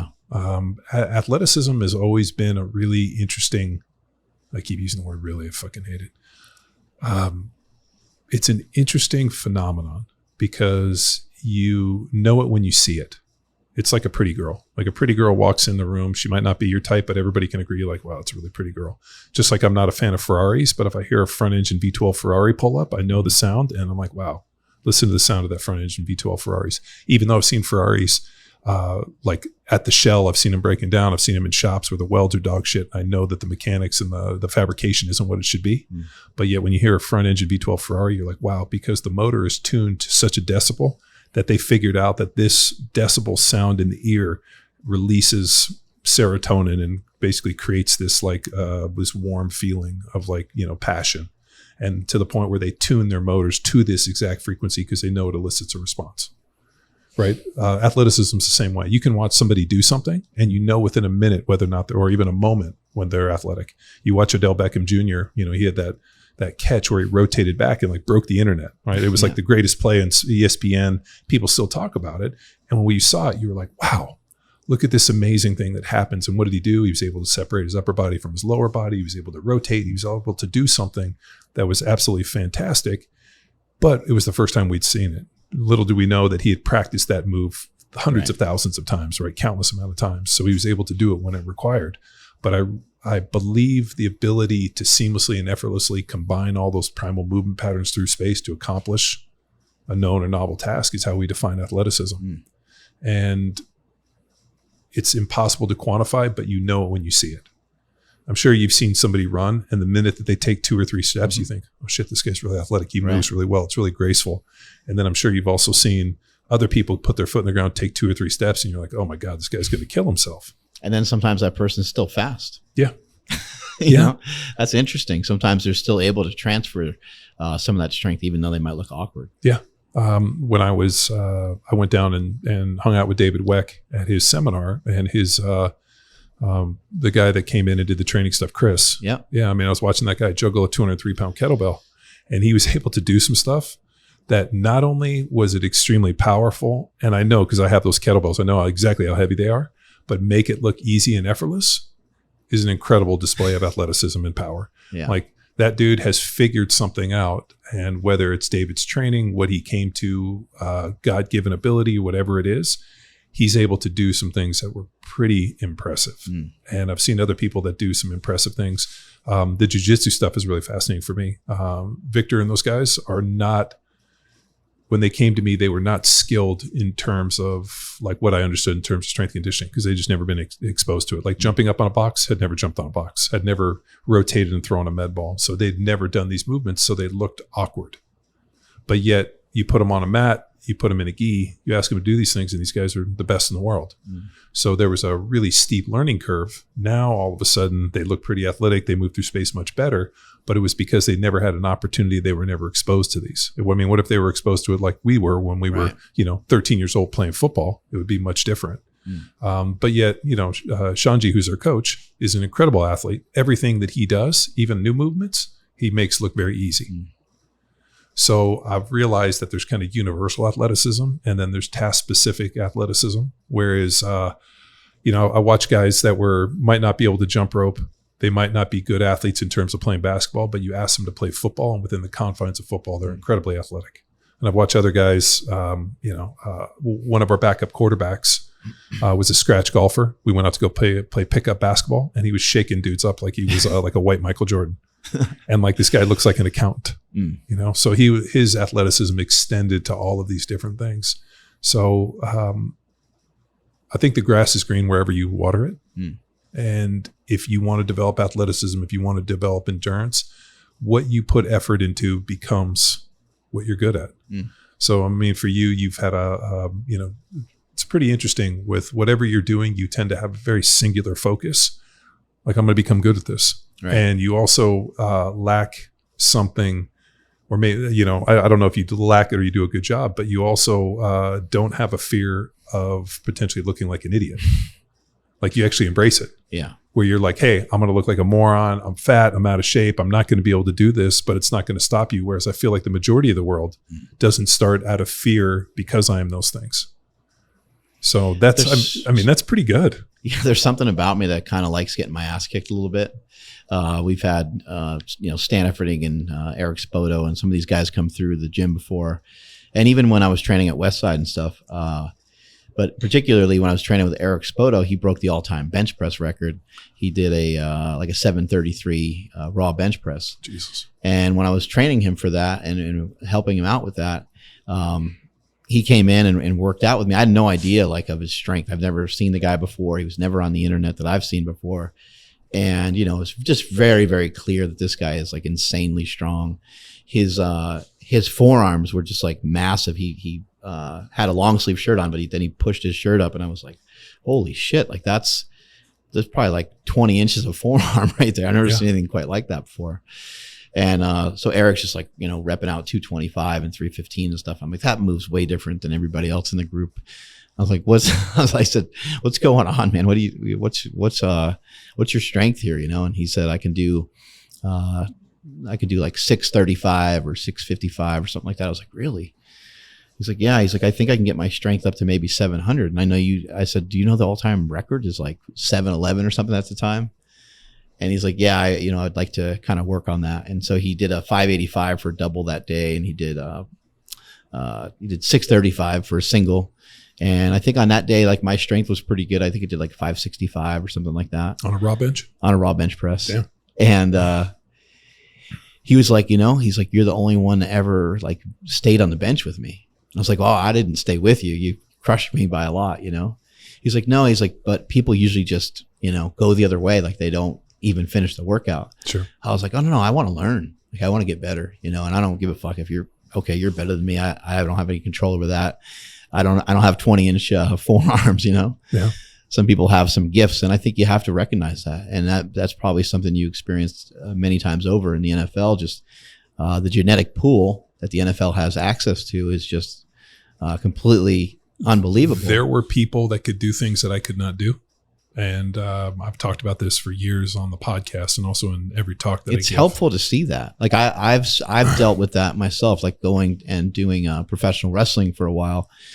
These people were so talented from an entertainment standpoint, being able to like go in the ring and cut a wrestling promo in 90 seconds, have it be perfect, and to mention all the shit that they're supposed to mention. It's a real skill. And I've seen guys like Shelton Benjamin and Brock Lesnar do these. You would be baffled at the incredibly, they're incredibly athletic. They're able to do like flips and shit like that, where I'm like, okay, that's actually nice for me to know that I don't have that. And it doesn't mean that I can't work towards it. And it doesn't mean that I can't make it myself. I need to figure out probably a slightly different avenue than some of the stuff they're doing. Well, so I've talked about this for years and every talk, well, not every talk, but damn near every talk, that everybody has a wheelhouse. Mm-hmm. That like, and you have to establish what your wheelhouse is, and you're able to train outside of it. But at the end of the day, this is your wheelhouse. This is where you live. And I think the sooner you decide who and what you're able to do, like you might not be a 700-pound raw bencher, but you're like, hey, all my other lifts are pretty good, so I'm going to get into powerlifting. I'm going to have a consistent total. My best was 535 for a triple. Nice. But then I watched a guy put 550 on the bar and bench it for 3 reps, probably in under 3 seconds. And he hadn't trained in 6 months. And I was like, fuck. Like I trained my entire life for 535 triple, and this dude walked in cold after not even training for 6 months and like crushed it. What do you think's going on with an athlete that's able to really mimic really well? Like if you showed me a drill with my feet, you said, do these 4 things with your feet. It would take me a couple tries, but sometimes someone who's a really gifted athlete, they'll do it right away. That's the NFL. You have to be able to watch somebody, because I would say, hey, show me something on film. And if you show me what you want me to do, like, and I can watch it on film, I can go out and mimic. You need guys that are intelligent enough, but like can watch and then just replicate. And that's when, I was a young guy in the NFL. They kept showing me tapes of all these like 6'8", 350-pound black dudes. And I asked Juan Castillo, my offensive line coach, do you have any like 6'5", 300-pound white guys, like dudes that look like me that I can watch? Because I'm not getting anything from this. Mm-hmm. And then he went and he got me a bunch of cut-ups of like Jim Lachey and Jumbo Elliott and Redskin. Yeah, it was like Jumbo. It was Jim Lachey, Gary Zimmerman, and like he gave me like all these dudes that were about my size. I'm like, all right, vertical set this, and I was like, okay, I got that entire program. Like I can do this. Thank you for showing me somebody, because you're showing me like these massive monsters that are just jump setting everybody. And like, that's not what my skill set was. So I think the sooner you figure out what your wheelhouse is and what your skill set is, and then you can improve upon that. And I knew exactly what mine was. And I wasn't out there. I mean, I played next to Will Shields, who's, 14 years, never missed a play, first round ballot Hall of Famer, best ever do his job at right guard. And he had moves and he did things that I would never have approached. He had these like weird catfish moves where he'd like throw his shoulder, drop his arm, and get himself in these positions that I would have got beat 100 times out of 100. And all of a sudden he would like drop step and recover and like throw the dude to the ground. And I'd be like, how the fuck did you just do that? And while it was fun to watch, I knew that it wasn't something that I was ever going to use in my game. So I had to stick in my wheelhouse. And the one fascinating thing, and I always told, and I told this to all the young guys, the sooner you figure out who you are and then build like a fortress around who you are. Like I was always going to be like my hand speed was always better. So I always had fast hands. Right. I could always set and like I could almost like lock onto dudes and out athlete them. I was going to do that every time. I wasn't ever going to play this like little cat and mouse bullshit game. I was going to take the fight to dudes really quick and do my best to fucking like impose my will. And I used to watch, these guys too, like Brian Waters, a guy I played with, he had this little move where if we were going to the right and he played left guard, he would let the guy beat him across his face because he could effectively like grab the guy by his waist and do this little shimmy move. And when he would do it, he would like pull the guy and shoot the guy back like 10 yards. So the dude would all of a sudden take a step and think he was going to make a tackle. And then Brian would do this little like kind of belly slap. And he was so strong that he would shoot the guy back like 10 yards. And I watched it and was like, I can't let anybody beat me across the face. Brian would let dudes beat him across his face and do this little slap move and shoot dudes back and never got beat. I tried it one time and I got beat across my face and I'm like, I'll never do this. So I think it really just comes down to you figuring out. And if your superpower is the fact that, I'll try anything and I won't be embarrassed. Because think about how many people are, want to do something, but they're so fearful of like, well, how's the world going to look at me? If I go to the gym and I'm out of shape, like think about how many people you've met have been like, man, I really want to go to the gym, but I better be in good shape because everybody's going to laugh me out of there. I've always got to look at it like if you can think about where you're going to be 3 years from now, 4 years from now, 5 years from now. So for me, my starting point with powerlifting, I started at a very young age. And by the time powerlifting became like halfway popular, I was already really strong. So that was my wheelhouse. That was something I could really excel in. And my story, people didn't see my story previously. I think they just probably thought I was genetically strong. And yes, the first time I lifted, kind of like with my friends, I was a little stronger than them. I was a little bit bigger than them. So I started down that path a little bit further, but again, it's probably something that was already like ingrained somewhere, maybe already in my kind of wheelhouse. And then the transition into like other stuff, bodybuilding, I didn't have, I have never been to a bodybuilding show, didn't know much about bodybuilding, got help, got assistance by, one of the best coaches in the world. So that was really helpful. And again, my starting point wasn't horrible. And then so I was able to transition into that. But my starting place in running is so far back, behind where a lot of people that simply just stayed tethered to some sort of exercise or fitness or sport. There's even my friend Pete Rubish, who's also a power lifter. Pete has been running for a much shorter period of time than me. He's already running way faster than me. But again, he has previous experience with running. He ran in high school. He's a smaller frame guy. His heaviest, his fattest he's ever been, was like 240 pounds. Yeah. He's kind of ectomorphic. So as soon as he went into running, boom, he just dropped a bunch of weight. And so I think it's important to be honest with yourself about where it is that you're starting out. And I think that people that want to, people if you're an NFL player and you're shitty and you don't, show up on time, and it's like, okay, that's super annoying, right?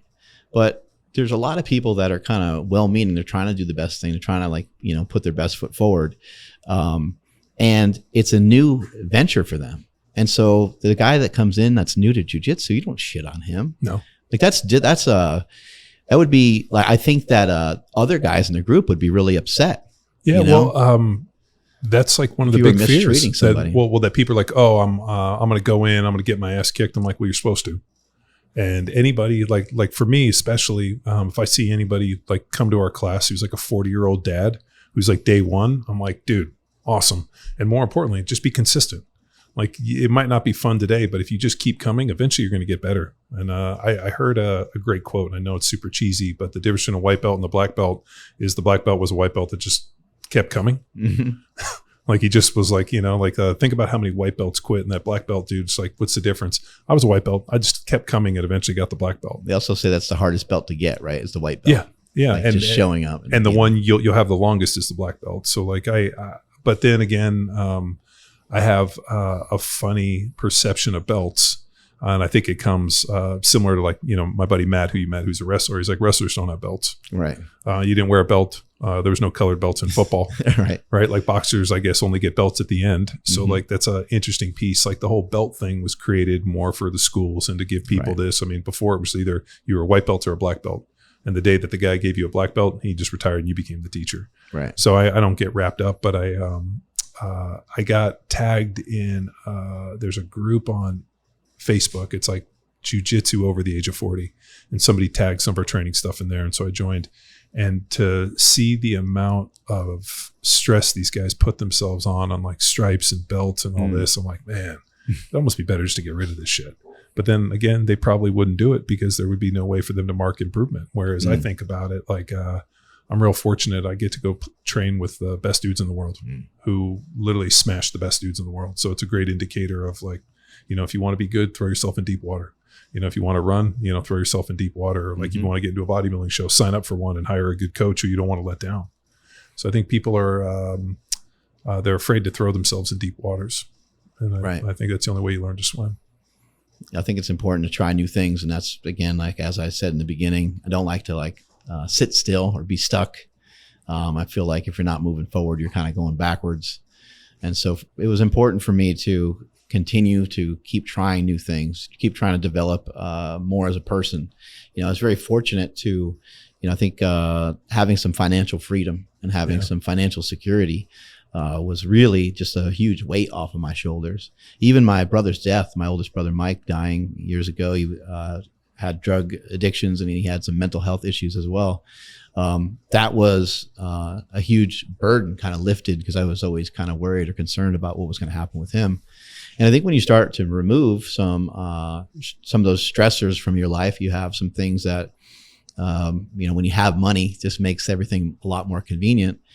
You're able to think a lot more. And I was thinking and observing and looking around when I was, 33 and 34 and 35 or so. And I was wanting to learn more stuff that was definitely outside of just, 10 sets of 3 or 3 sets of 10 or whatever the flavor of the day was with particular fitness workouts and stuff like that. So I wanted to keep evolving. And so people have mainly only seen, the stuff that's visible, the things I do physically, the powerlifting and bodybuilding and the running. But there's so many things I've been working on behind the scenes for many, many years that are just things to help me evolve. So I'm not a piece of shit. So I can be just philosophical stuff. I'm not a huge like what? Well, I was going to say I'm not a huge reader, okay. But I listen to a lot of like YouTube stuff. I listen to a lot of Jordan Peterson. Are you a big Jordan Peterson fan? Yeah, Jim Rohn is another guy that I listen to quite a bit. I'm on Jordan Peterson's deal. Yeah. I've read both of his books, or actually, the 12 steps, and then I heard him speak when he went through his whole deal. In his first talk back, we went to Austin, and I'm always amazed when people come out and they shit on Jordan Peterson, or I hear people attack him because I hear nothing but a kind of really intelligent, compassionate man that's thought through things. And when I hear him speak, it's nothing but genuine to me. And then when I hear people attack him, I'm like, like that's almost like an easy way for me to draw the line on people. It's like, that person doesn't like Jordan Peterson. All right, I'm going to slide them apart. Right. And just looking into like stoicism and philosophy, and then just even questioning my own philosophy. What are my own thoughts? What's my religion and why? Like, do I just have the religion of my parents? Am I just what my parents named me? Am I just what people think of me? Like, what am I? Sort of who am I? It wasn't like some, crazy deep dive that was anything like traumatic or anything, but it was just things that I was super curious about. And I think I was very fortunate to have an invention, the slingshot, that helped propel things forward for me and helped me from a financial perspective to have at least that part of my life. It's like, okay, some of that is taken care of. And now you can sit at a coffee shop and like just journal, or you could wake up and decide to do whatever it is I wanted to do, whether it was I could go into work or I didn't need to go into work. I could have gone and lifted. I could have gone for a walk. But a lot of times I would choose just to kind of like sit and think, like, let me think. Let me just go. And every once in a while I would think about the business. Every once in a while I would think about maybe what are some blind spots in my life right now? How can I better communicate with people? Why did this issue happen last week? Why did we have to fire this person? Or why do I have so much anxiety in trying to tell someone that they're fired? Firing people's never fun. Oh, it's horrible. The horrible part of. Did you ever deal with any addiction or anything or like that? Because I know the story of your older brother, and then obviously I know your other brother. Yeah, I've talked to him at great length, and what he went through, and pretty tumultuous for addiction both, and that. Yeah, both of my brothers, they got really smashed with addiction, and luckily my brother Chris, he's with me up in Sacramento, and he's actually working on another version of Bigger, Stronger, Faster right now. So I'm pretty pumped about that. And he's got a bunch of other projects that he's working on right now. But what that did to him is that put his life on pause for a long time. And that's something that he's mentioned to me before. He's like, this happened, when I was kind of screwed up and I was dysfunctional and I was around this age. And he's like, and then basically to pick up the pieces of my life, he's like, I finally feel like I'm starting to pick them back up and things are going in a good direction. Even though he's been sober for a very long time, he's been making the right choice for a very long time. He's been doing a lot of the right things. But it's it's hard to make it through those addictions, I think, without some sort of permanent damage. Yeah. And I've been very fortunate to not be addicted to drugs that negatively impact my life. However, there's other things I might be addicted to. I might be addicted to lifting. I might be addicted to exercise. There are days where I might spend 4 hours. I'd spend like an hour or two in the gym, and then right after that I go like and run. And I sit there and think about that a little bit later. I'm like, am I like losing my mind? Like, am I a maniac? Do I need to, do I need to do that every day? Try to re-examine some of that, but. I don't know. It just feels good to be like heading in the direction that I'm heading. And I don't feel like, even though I have been on anabolic steroids for a long period of time, I don't necessarily feel that the reliance on those is having a net negative impact on my life, especially at this point, because now, many years ago, I abused anabolic steroids and utilized them to lift a lot of the weights that I lifted and do a lot of things I was doing. But now it's a much more responsible dosage. I don't take half the amount of stuff, maybe even less than that. It's just way different now. I'm on more of a therapeutic dose. And I don't know if I could go, I don't know what it would look like for me to transition and to try to move away from taking TRT. I don't know. Well, why would you? Yeah, I don't know what that would do other than like probably just make me feel bad and make me. I have long since believed that, and whether or not they look at menopause or andropause, like the, testosterone and the hormones that your body produces. Right. I mean, that's what allows you to stay virile and young. So why wouldn't you kind of maximize that? Right. And I get my blood work done every 6 months, twice a year. And like, dude, if things aren't looking right, like I am more than happy to, supplement micronutrients. And right. I get all like my panels done. I was just out in Arizona, flew back yesterday. That's why we're doing this today. And go out and visit my doctor, Tom Ankledon at Cosenta, and he does all my blood work and does all my supplements. And like, I mean, my whole thing is based on like, how do I live? Like, I'm not obsessed with the idea of living to 100. Like I just don't want to live to be that old. I would like to like kick ass all the way up until the day that I'm not, and then end it. Like I don't like we went out to dinner when we were in Arizona, and we went in and this like there was probably a lady who had to be in her 80s, and she was literally, her back was bent like a question mark. Her chest was facing the ground, and she was in this like terrible position. And like to me, like it probably takes 10, 15, 20 years to get like that. I don't want to be that. I want to be able to like kick doors off of hinges and be able to do everything that I want to do up until the point where then all of a sudden we expire. And I think for me, lifting weights and training and like, avoiding all this stuff, like that's how you kind of live your best life. I think that there was it always makes me laugh. I don't know if you've seen this, where they show like Tom Cruise and then Wilford Brimley from Cocoon. Yeah. We're like the same age. Oh yeah. And then they show all these different people. I've seen that before. Yeah. And it's crazy. Like, when we grew up, it was like 60 years old, might as well have been 300. You're right. And, like I remember my grandparents who were probably in their like 60s wearing like polyester and driving a Chevy Citation. And my grandmother had blue hair and like that. They like you look at those pictures and I'm like, are they 100? Yeah. And like when you calculate the ages, they were in their 60s. And now you see people in their people today. I mean, I meet people that are in their 40s and 50s and they're super fit and they look young. And like, you're like, wow, that's how old you are. And I just think that longevity piece is what we're all searching for. And, dude, I recommend every guy over the age of like 35 get their blood work done. And if something's messed up, get it fixed. Did you ever, Michael Rose? Dr. Michael Rose, he spoke at the Ancestral Health Symposium the year after I did, but he gave this incredible talk on and people have heard me on this podcast talk about he gave a great talk on fruit flies, and he's an evolutionary biologist. So he's giving this talk and talking about longevity, and he's got these great books. And the whole time I'm looking at him, I'm like, man, this guy looks great. And then he said he got his PhD in 1959. And I'm like, what?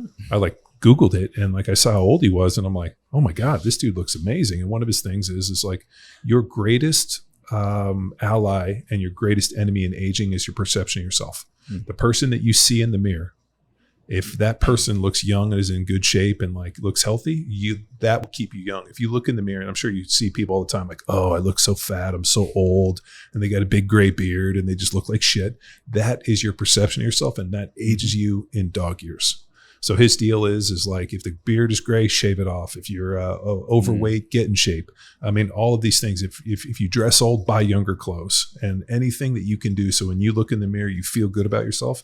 That's your best age. That's why women don't age as fast as men, because women take care of themselves. They do their hair, they wear makeup, they wear younger clothes, and that's why my mom just turned 84, and she walks 14,000 steps a day, takes no medication, and is super healthy. And people think she's in her 60s. But then you see an 80-year-old dude and he might as well be, fucking the crypt keeper. I think we're next in line to be grandparents, Yeah. So I think the next generation of grandparents will be, is that scary? A lot of people will be in better shape. I mean, your son's 20 or 19. Yeah, no, it's not scary for me. I think it'd be amazing whenever the hell it happens. Hopefully it happens at an appropriate time, I guess. But I look forward to stuff like that, and it's part of what gets me up in the morning. Not necessarily like anti-aging, but just feeling good while I'm here. Yeah, and feeling that I put in the effort, and for me to think, or for me to be the person that looks in the mirror and sees someone who's young, I need to prove to myself every day that I can do stuff that somebody younger can do. And so that's what I look at, and it's great to have. In my working environment over the years, I've always tried to hire people young. Like I don't want to be old. I want to be kind of up to date, Sure. doing my best to try to stay on top of things, sure.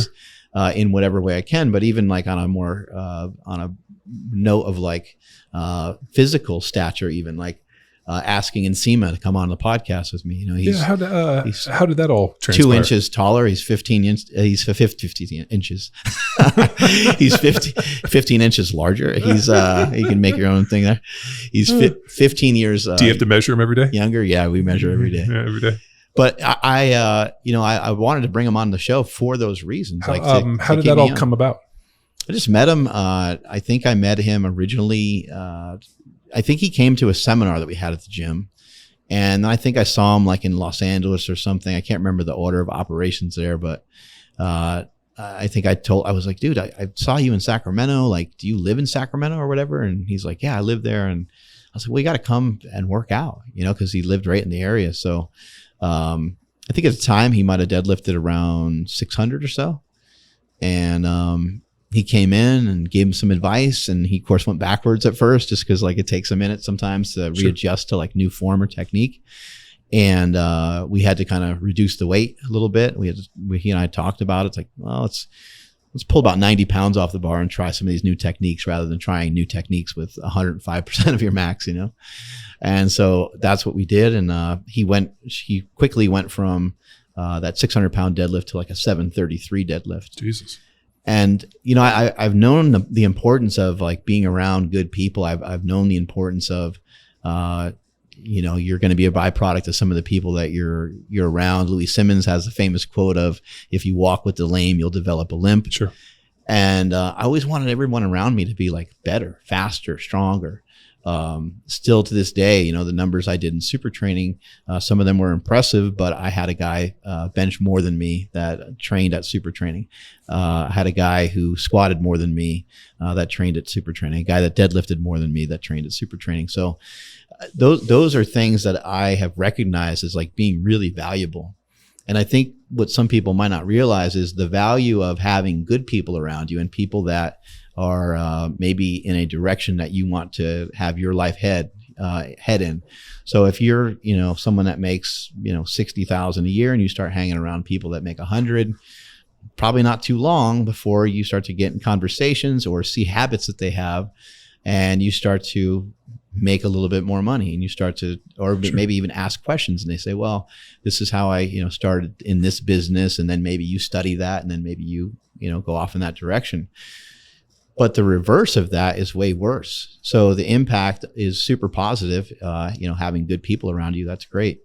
But having negative people around you has a worse net outcome than anything you can pretty much possibly fathom. Could not agree more, man. Being around people that are like super negative or in like a dark place, I just call it like the dementor vortex, where they just suck the life out of you and they make you not want to come do your job. And I could not agree more.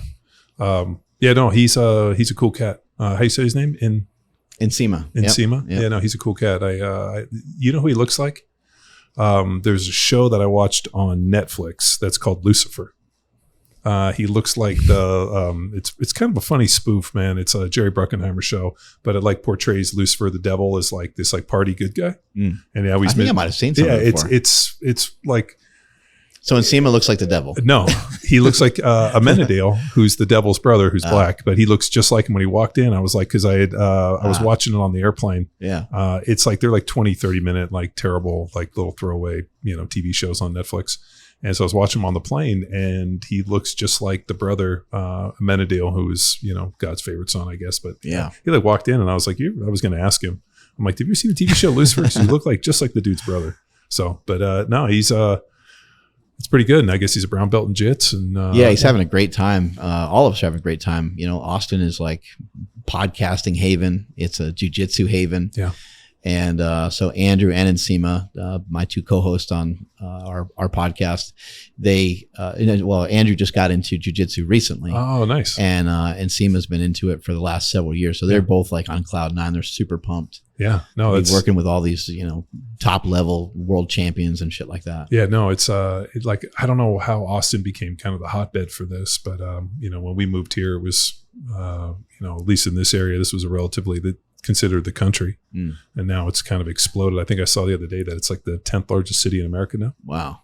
I don't know. I saw that, and I still can't believe that, so I'd have to verify it. But no, I mean, kind of as you've recreated yourself and kind of continue to kind of evolve and metamorphosize into this. I mean, you've done the same thing with the podcast.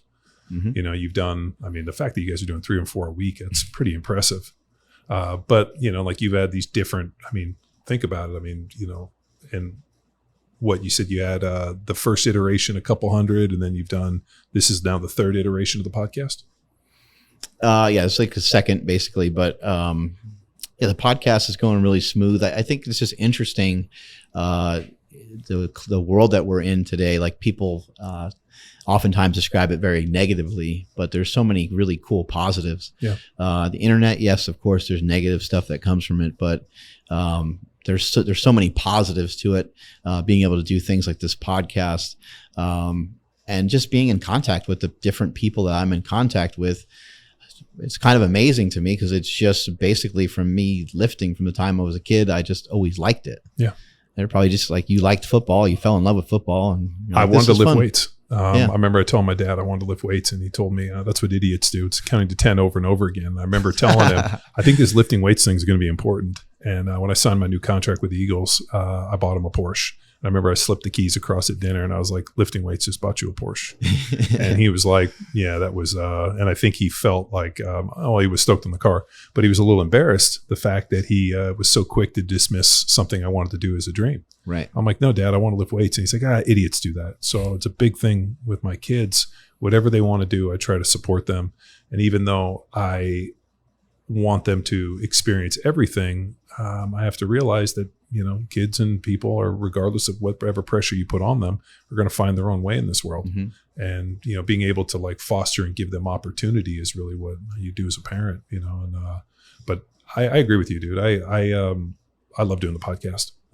We had a bunch of different iterations. When we first started, I was a guest of the podcast, and then I became like more of a focal member. And I think we had a different cast of 4 or 5 guys, and then it kind of pared down to 3, and then it went to 2.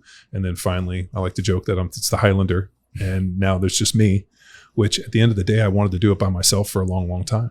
I found that for a lot of times, I know you guys do them in person, which I'd love to do every single one in person. Yeah, we try to do as many as we can that way. Yeah, dude, if somebody's in town and wants to do a podcast, I'm happy to do it. The Zoom stuff, I'm like, a little bit at this point, but we still have to do some on Zoom. What I found is that when you have multiple people in a room and one on Zoom, you end up talking over each other. And especially if there's lag and delays and like you'll get on and I try never to read comments, but people would be like, why are you talking over? And yeah, it's like, dude, when you're sitting with 2 people and you're trying to get a third person on a Zoom and trying to balance this conversation, it becomes extremely difficult. And I found it's much easier with one person on Zoom. But, if you're sitting in a room with 3 or 4 people, it's usually a great conversation because people have the ability to pick up cues and they know when like somebody's coming to an end and and people understand balance. And especially when you become well skilled at it. And podcasting is a skill. I'm sure you've brought on people where you're like, holy shit, is this your first podcast? And then you come on with other people that are, we've been doing it 10 plus years, and you're like smoking it. Yeah, like this is easy. Like this is what we do. And it's just opportunity and reps. I mean, people wonder like, why is Joe Rogan so good? Because he's probably done more podcasts than anybody else. And he's a comic. Right. And he's got, impeccable timing, which I found that every comic that's good has incredible timing. They know exactly what to say at the right moment. They can let things marinate. They understand how to like read a room. And that's what those guys do. And that's why he's so good at what he does. And he's naturally curious, which I find that if you're naturally curious and you ask good questions, and people like your podcast, if you're a arrogant fucking asshole that just fucking preaches at people and tells the world how it is at all times, like people can only listen to that shit so much, and then you end up with a certain kind of segmented audience of people that are just hero worshipers. Yeah, like you think about like different podcasts that you've seen where the people just preach nonstop, and you're like, God damn it, you sanctimonious motherfucker, shut up. I think it's a powerful thing to be able to podcast and have a good audience and stuff like that. And I think the powerful thing that really comes out of it is creation, creation of content in this case. But I think that creation is a divinity that all people have. You have the ability to create something. You have the ability to make something. And I think that for people that maybe feel lost, they can go to podcasts. They can listen to Rogan. They can listen to some of these popular shows. They can listen to a Jordan Peterson, and they can start to maybe question, okay, I'm not in the place that I want to be. How do I move forward from here? What can I do? And somebody might say, well, try to make something of yourself. And you're like, well, I don't know how to do that. Yeah. But my point is that everyone knows how to make something.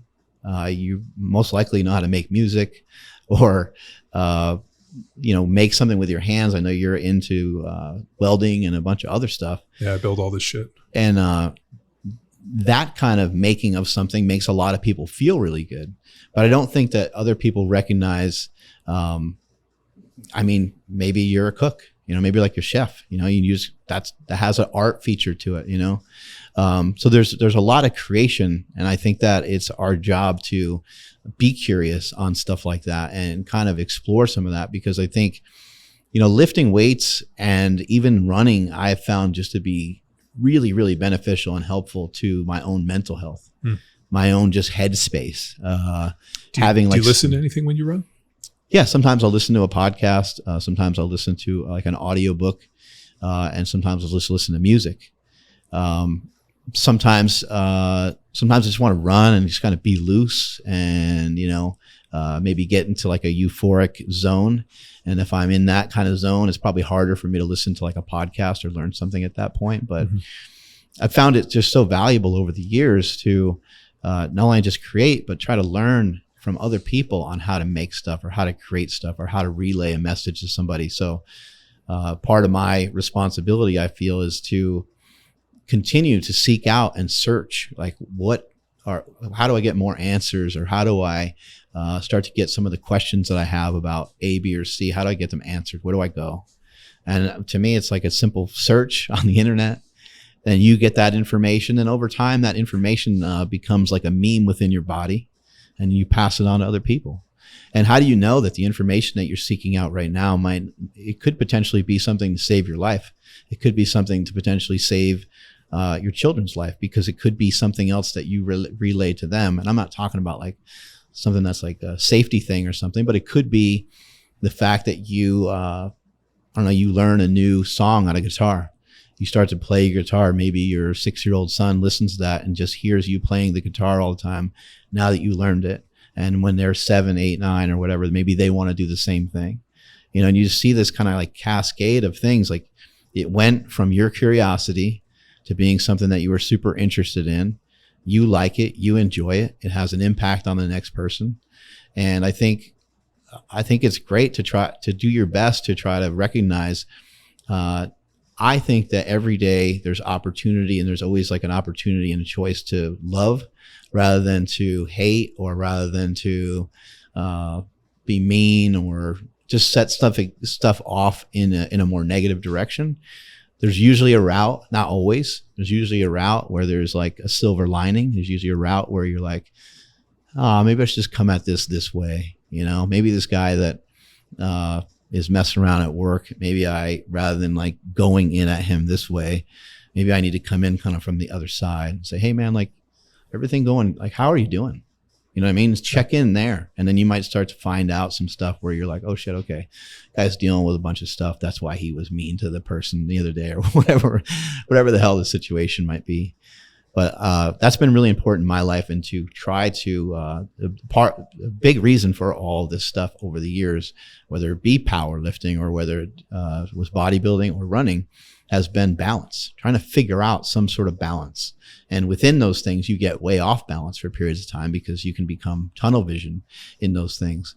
But I didn't even really know it, but I think for a long time I've just been in search of like equanimity, just some sort of peace of mind. And I think that's what attracted me to running. Once I got to be half decent at it and it didn't kill me and I didn't feel all fat and out of breath, once I got to that point, it started to feel amazing for peace of mind and for equanimity. Wow. Dude, that's a great, I was going to ask the natural kind of, it's kind of funny here in Austin, like people come search, and like a big part of that is like psychedelics. Like everywhere we go, like in Austin, it feels like it's ayahuasca and psychedelics, and like the amount of somebody with a man bun and they're trying. Oh my God. I mean, and to some extent, like,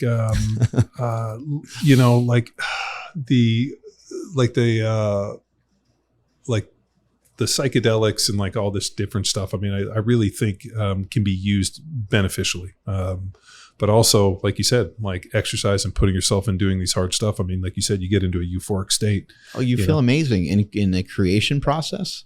Like anybody knows this, anybody that's ever like, I mean, even if you just wrote a school paper, like I'm sure everybody listening has like felt like they were on a roll with something they were writing. Yeah. That feels amazing. I don't think we even know or understand or even look at that. We don't even give that any credit at all. But that's a euphoric feeling. That's a wonderful feeling.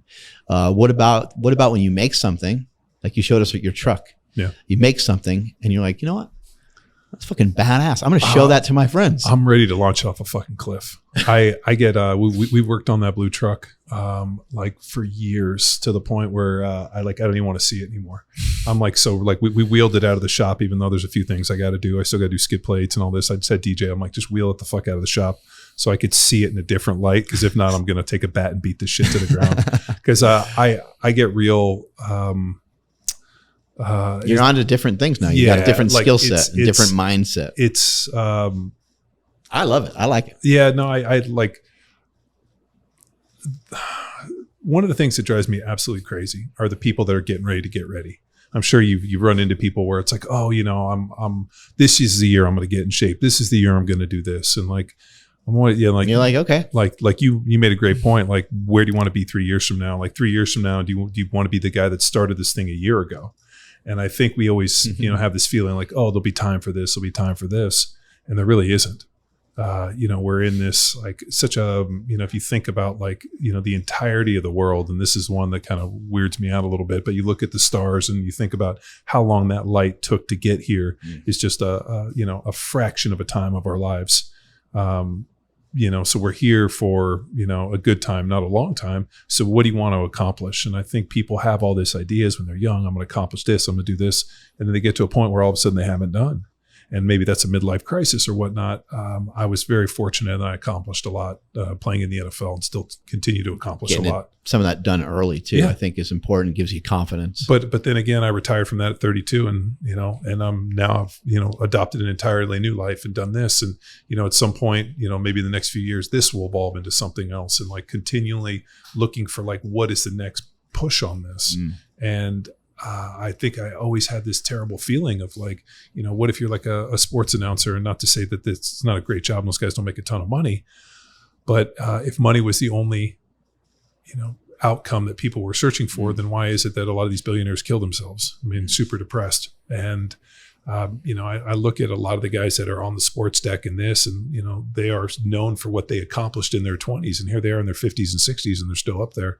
So not to say they haven't done other things, but I just wanted to go out and do something new and kind of reinvent myself and learn something new. And I'm at the point where, who knows what the next piece of this deal is. Kind of like for you with these different training modalities and the running stuff is,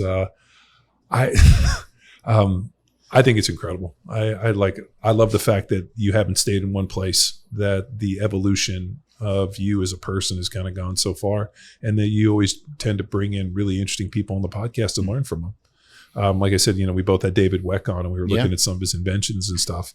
And it's amazing to see how much hate he gets. I didn't really realize it until he was on the podcast and I started doing it. Like, that dude gets a ton of hate. I thought we had a great conversation. I like what he had to say on a lot of things. I mean, do I agree with everything? No, but I don't have to agree with everything. I actually think it's just because you don't agree with every moment of this doesn't discredit all the other stuff. I think it's great that people are, people sometimes are just flat out rude, which that's not always great, but it's at least entertaining. I do think it's great that people have conjecture towards it though. Like, it's like, show me, you think this head over foot thing is the real thing. You think, who do you work with? Yeah. Who are you training, or what are your results? Like, I want to know, like, show me, if you're like, hey, this diet's great, and you pull up your shirt and you got a 6-pack, or your performance is where you want it to be because of your diet. Tell me the numbers. Tell me what was your time? I had this, and like, you can give me tons and tons and tons of examples over and over again. You gave me a handful of them today with some of the world champions and stuff that you work with. You could say, hey, everyone that's done this improved, 5% here, 5% there. I saw increases in hamstring strength. I saw increases in jumping power. I saw increases in, you'll be able to say all those things. And I think that for David Weck, I don't know if he has a strong example of that yet. Yeah. He's working on it. I think he's brilliant. I think the world of him. I think he's got a lot of great concepts. But is there a person that he's taken and implemented this into where it's gotten integrated and it was really clear the guy got much better? Because there are coaches out there, as we started off the podcast, saying that they are working with people and they are really having great impact and great effect. And I think that David, I think he's got such outstanding ideas and stuff, but I think that it's still going to be a little while before we figure out what to do with some of these things. Yeah. Look how long it took for the Bosu ball. The Bosu ball had this evolution where it like seemed kind of cool and it was like this new way to train. And then it got shit on for a long time because people started like, I don't know, just doing weird stuff off of it. Well, so I'm always amazed. Like, if somebody on the internet or on social media wants to get a bunch of hits, they shit on the Boost ball. I liked it for push-ups. Yep. So when I was doing my shoulder rehab, we did a lot of balance stuff and I did a ton of push-ups. I still do push-ups on it constantly. And if you look at the Weck deck that you have in your gym there, what does that do? That domes your foot. Well, top of the goddamn Bosu ball is domed, right? Yeah. And it's actually kind of a nice thing to stand on. And you were talking about the importance of people's foot strength and things like that.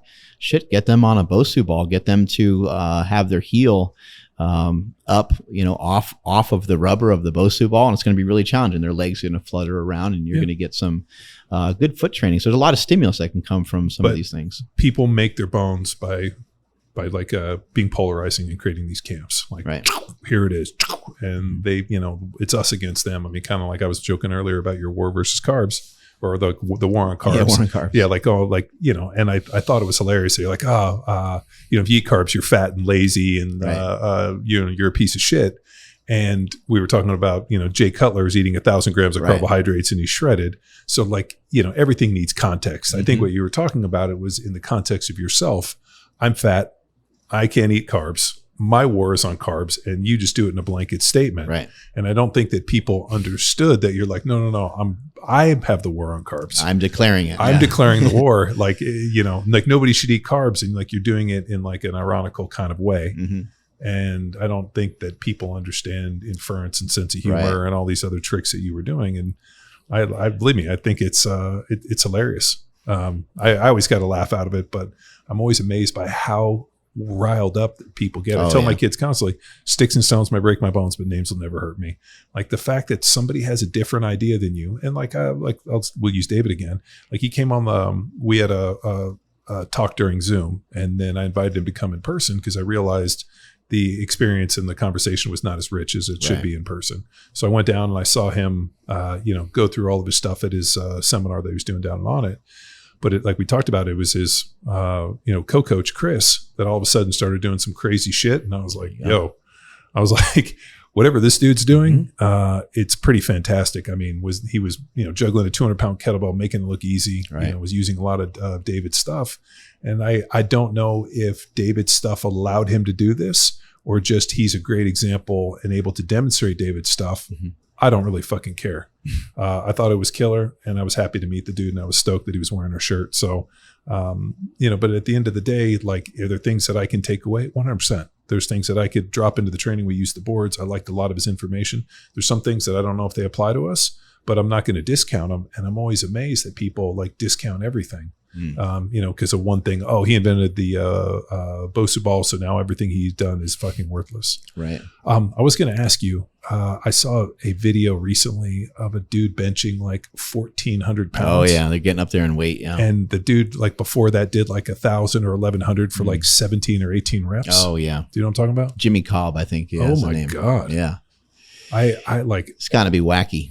Yeah. I mean, kind of like all of a sudden, like these guys are like, fighting to bench 1,000 pounds and this, and the dude's over there like 19 reps with 1,100.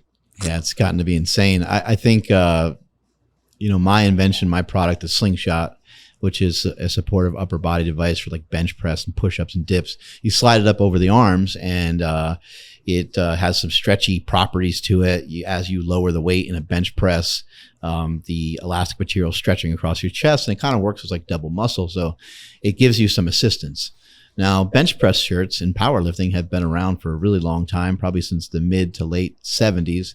And a bench shirt is something that will assist you with a bench press as well, but it's very difficult to get on. You usually need like multiple people to help you get into it. It's something that you have to learn. You can't just like use it right away. And so a bench shirt will add, 200-300 pounds sometimes onto somebody's bench press.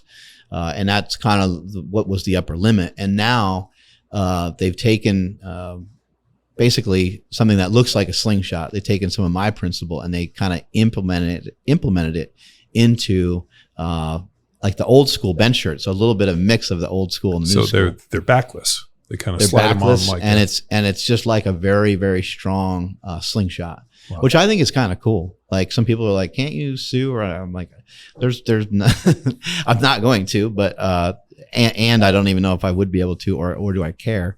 I think it's cool. I think it's like, hey, that if this is some sort of contribution to the sport, if people want to lift that way, then maybe it's not so bad to be part of it. Wow. No, I was blown away. I mean, these guys are benching more than people squat. Right. It's just, these new shirts, they just have these bouncy elastic properties. But as far as I know, I think that's the only guy that's doing that too. So I don't know. It seems like there's only like 1 or 2 or 3 people that are that strong that way. I don't know if anybody else uses those shirts and is seeing similar results. I think this guy's out on a limb on his own. Yeah, he's a strong dude. I remember years ago when we were out at Westside, I think I floor pressed like 500, and I think AJ floor pressed 505 or 510. And then a few days later threw on a shirt and benched like 940. Right. And I was like, that's a lot of carryover. Yeah, holy shit. Yeah. I mean, and people were snapping arms and stuff like that back then, breaking their arms because the amount of weight that you handle, I mean, your muscles and bones are still involved, regardless of and connective tissues and bones and all that. So what does the future hold for Mark Bell? Just want to continue to stay in shape and stay lean and continue to get better at running. Just like meathead, you know, I have a lot of meathead goals, and then everything else seems to kind of fall in place based off of that, because the better that I feel about myself, the easier and smoother a lot of other things go. And so, I want to continue to get better at running. I would like running to become a little bit the way the bodybuilding stuff went for me, because again, in bodybuilding, when I went to do it, I think people were like, I don't know what he's doing. But then when I actually did it and they actually saw some of it, it's like, okay, well, he actually, you know, paid some respect to bodybuilding and actually like went all in. And I want to do the same thing with running. And it's not necessarily for other people. It's for myself. I want to prove to myself that I could do this thing that I really sucked at. And I think everybody likes to kind of have a story or think that their story is harder. You know, I did this, but under these conditions, you know. Yeah. And I think we all kind of feel that way. But for me, it actually feels kind of nice because in powerlifting, I was able to build myself into something, turn myself into something, be able to lift certain weights and be respected when I went to some of these powerlifting meets, and have people like, oh, holy shit, like he's lifting today. I can't wait to watch him lift type thing. And then to progress and to, change my mindset over a period of time, but then also regress from a, not so much athletic standpoint, but regress from where I was as a power lifter to who I am as like a bodybuilder. I'm not a very good bodybuilder. And then to go into running where I suck even more. It feels really great. Like I like being a student. I'm super curious. I like learning stuff. I'm fascinated by other people. Like I might not really ask you a lot of questions about like welding, but I'm super fascinated. I might ask you a lot of questions around like what it does for you, or what do you think about when you're welding, or something like that. Cause I love these like nuances and quirks of humans in general. Yeah, no, I'm big into skill acquisition. So I'm always constantly trying to develop new skills and sharpen new skills and whatever skill I can. I mean, you know, like you said, you were like, we saw my tractor and they were like, you run this? I'm like, yeah, it's got a mulcher and it fucks shit up. And I got on and like didn't know much about it and was like, you know what? I always assume if idiots can do this, I can probably figure my way out as an intelligent person. Right. And I've figured out a lot. And there's a lot of YouTube videos and, you know, people, if you ask them questions. A little bit of safety. That's probably all, right? Yeah. Yeah. Just try not to kill myself. Well, dude, that was awesome. Thank you. I appreciate thanks it. for coming on Power Athlete Radio. And, thank you. You know, I know you're easy to find. The Powercast podcast. Is that how you? Yeah, Mark Bell's Power Project. Power Project. Yep. And then Mark Smelly Bell. Mark Smelly Bell on Instagram and everywhere else. And that's it, man. Yeah, no, I appreciate the time. And like I said, I love to be able to have an opportunity to see people in person, see how they're doing, communicate with them. Doing Zoom and all that stuff, sometimes it works for a show. Yeah, but it's not the best way. But it's so much better to see your bro in person. Well, dude, I'm stoked that you got to come. So, and I'll definitely return the favor, and maybe we can do something. I want to bring the guys out and do some, like maybe some JIT stuff. That'd be awesome. Be fun. That'd be really cool. Thank you. Thanks for tuning in. See you.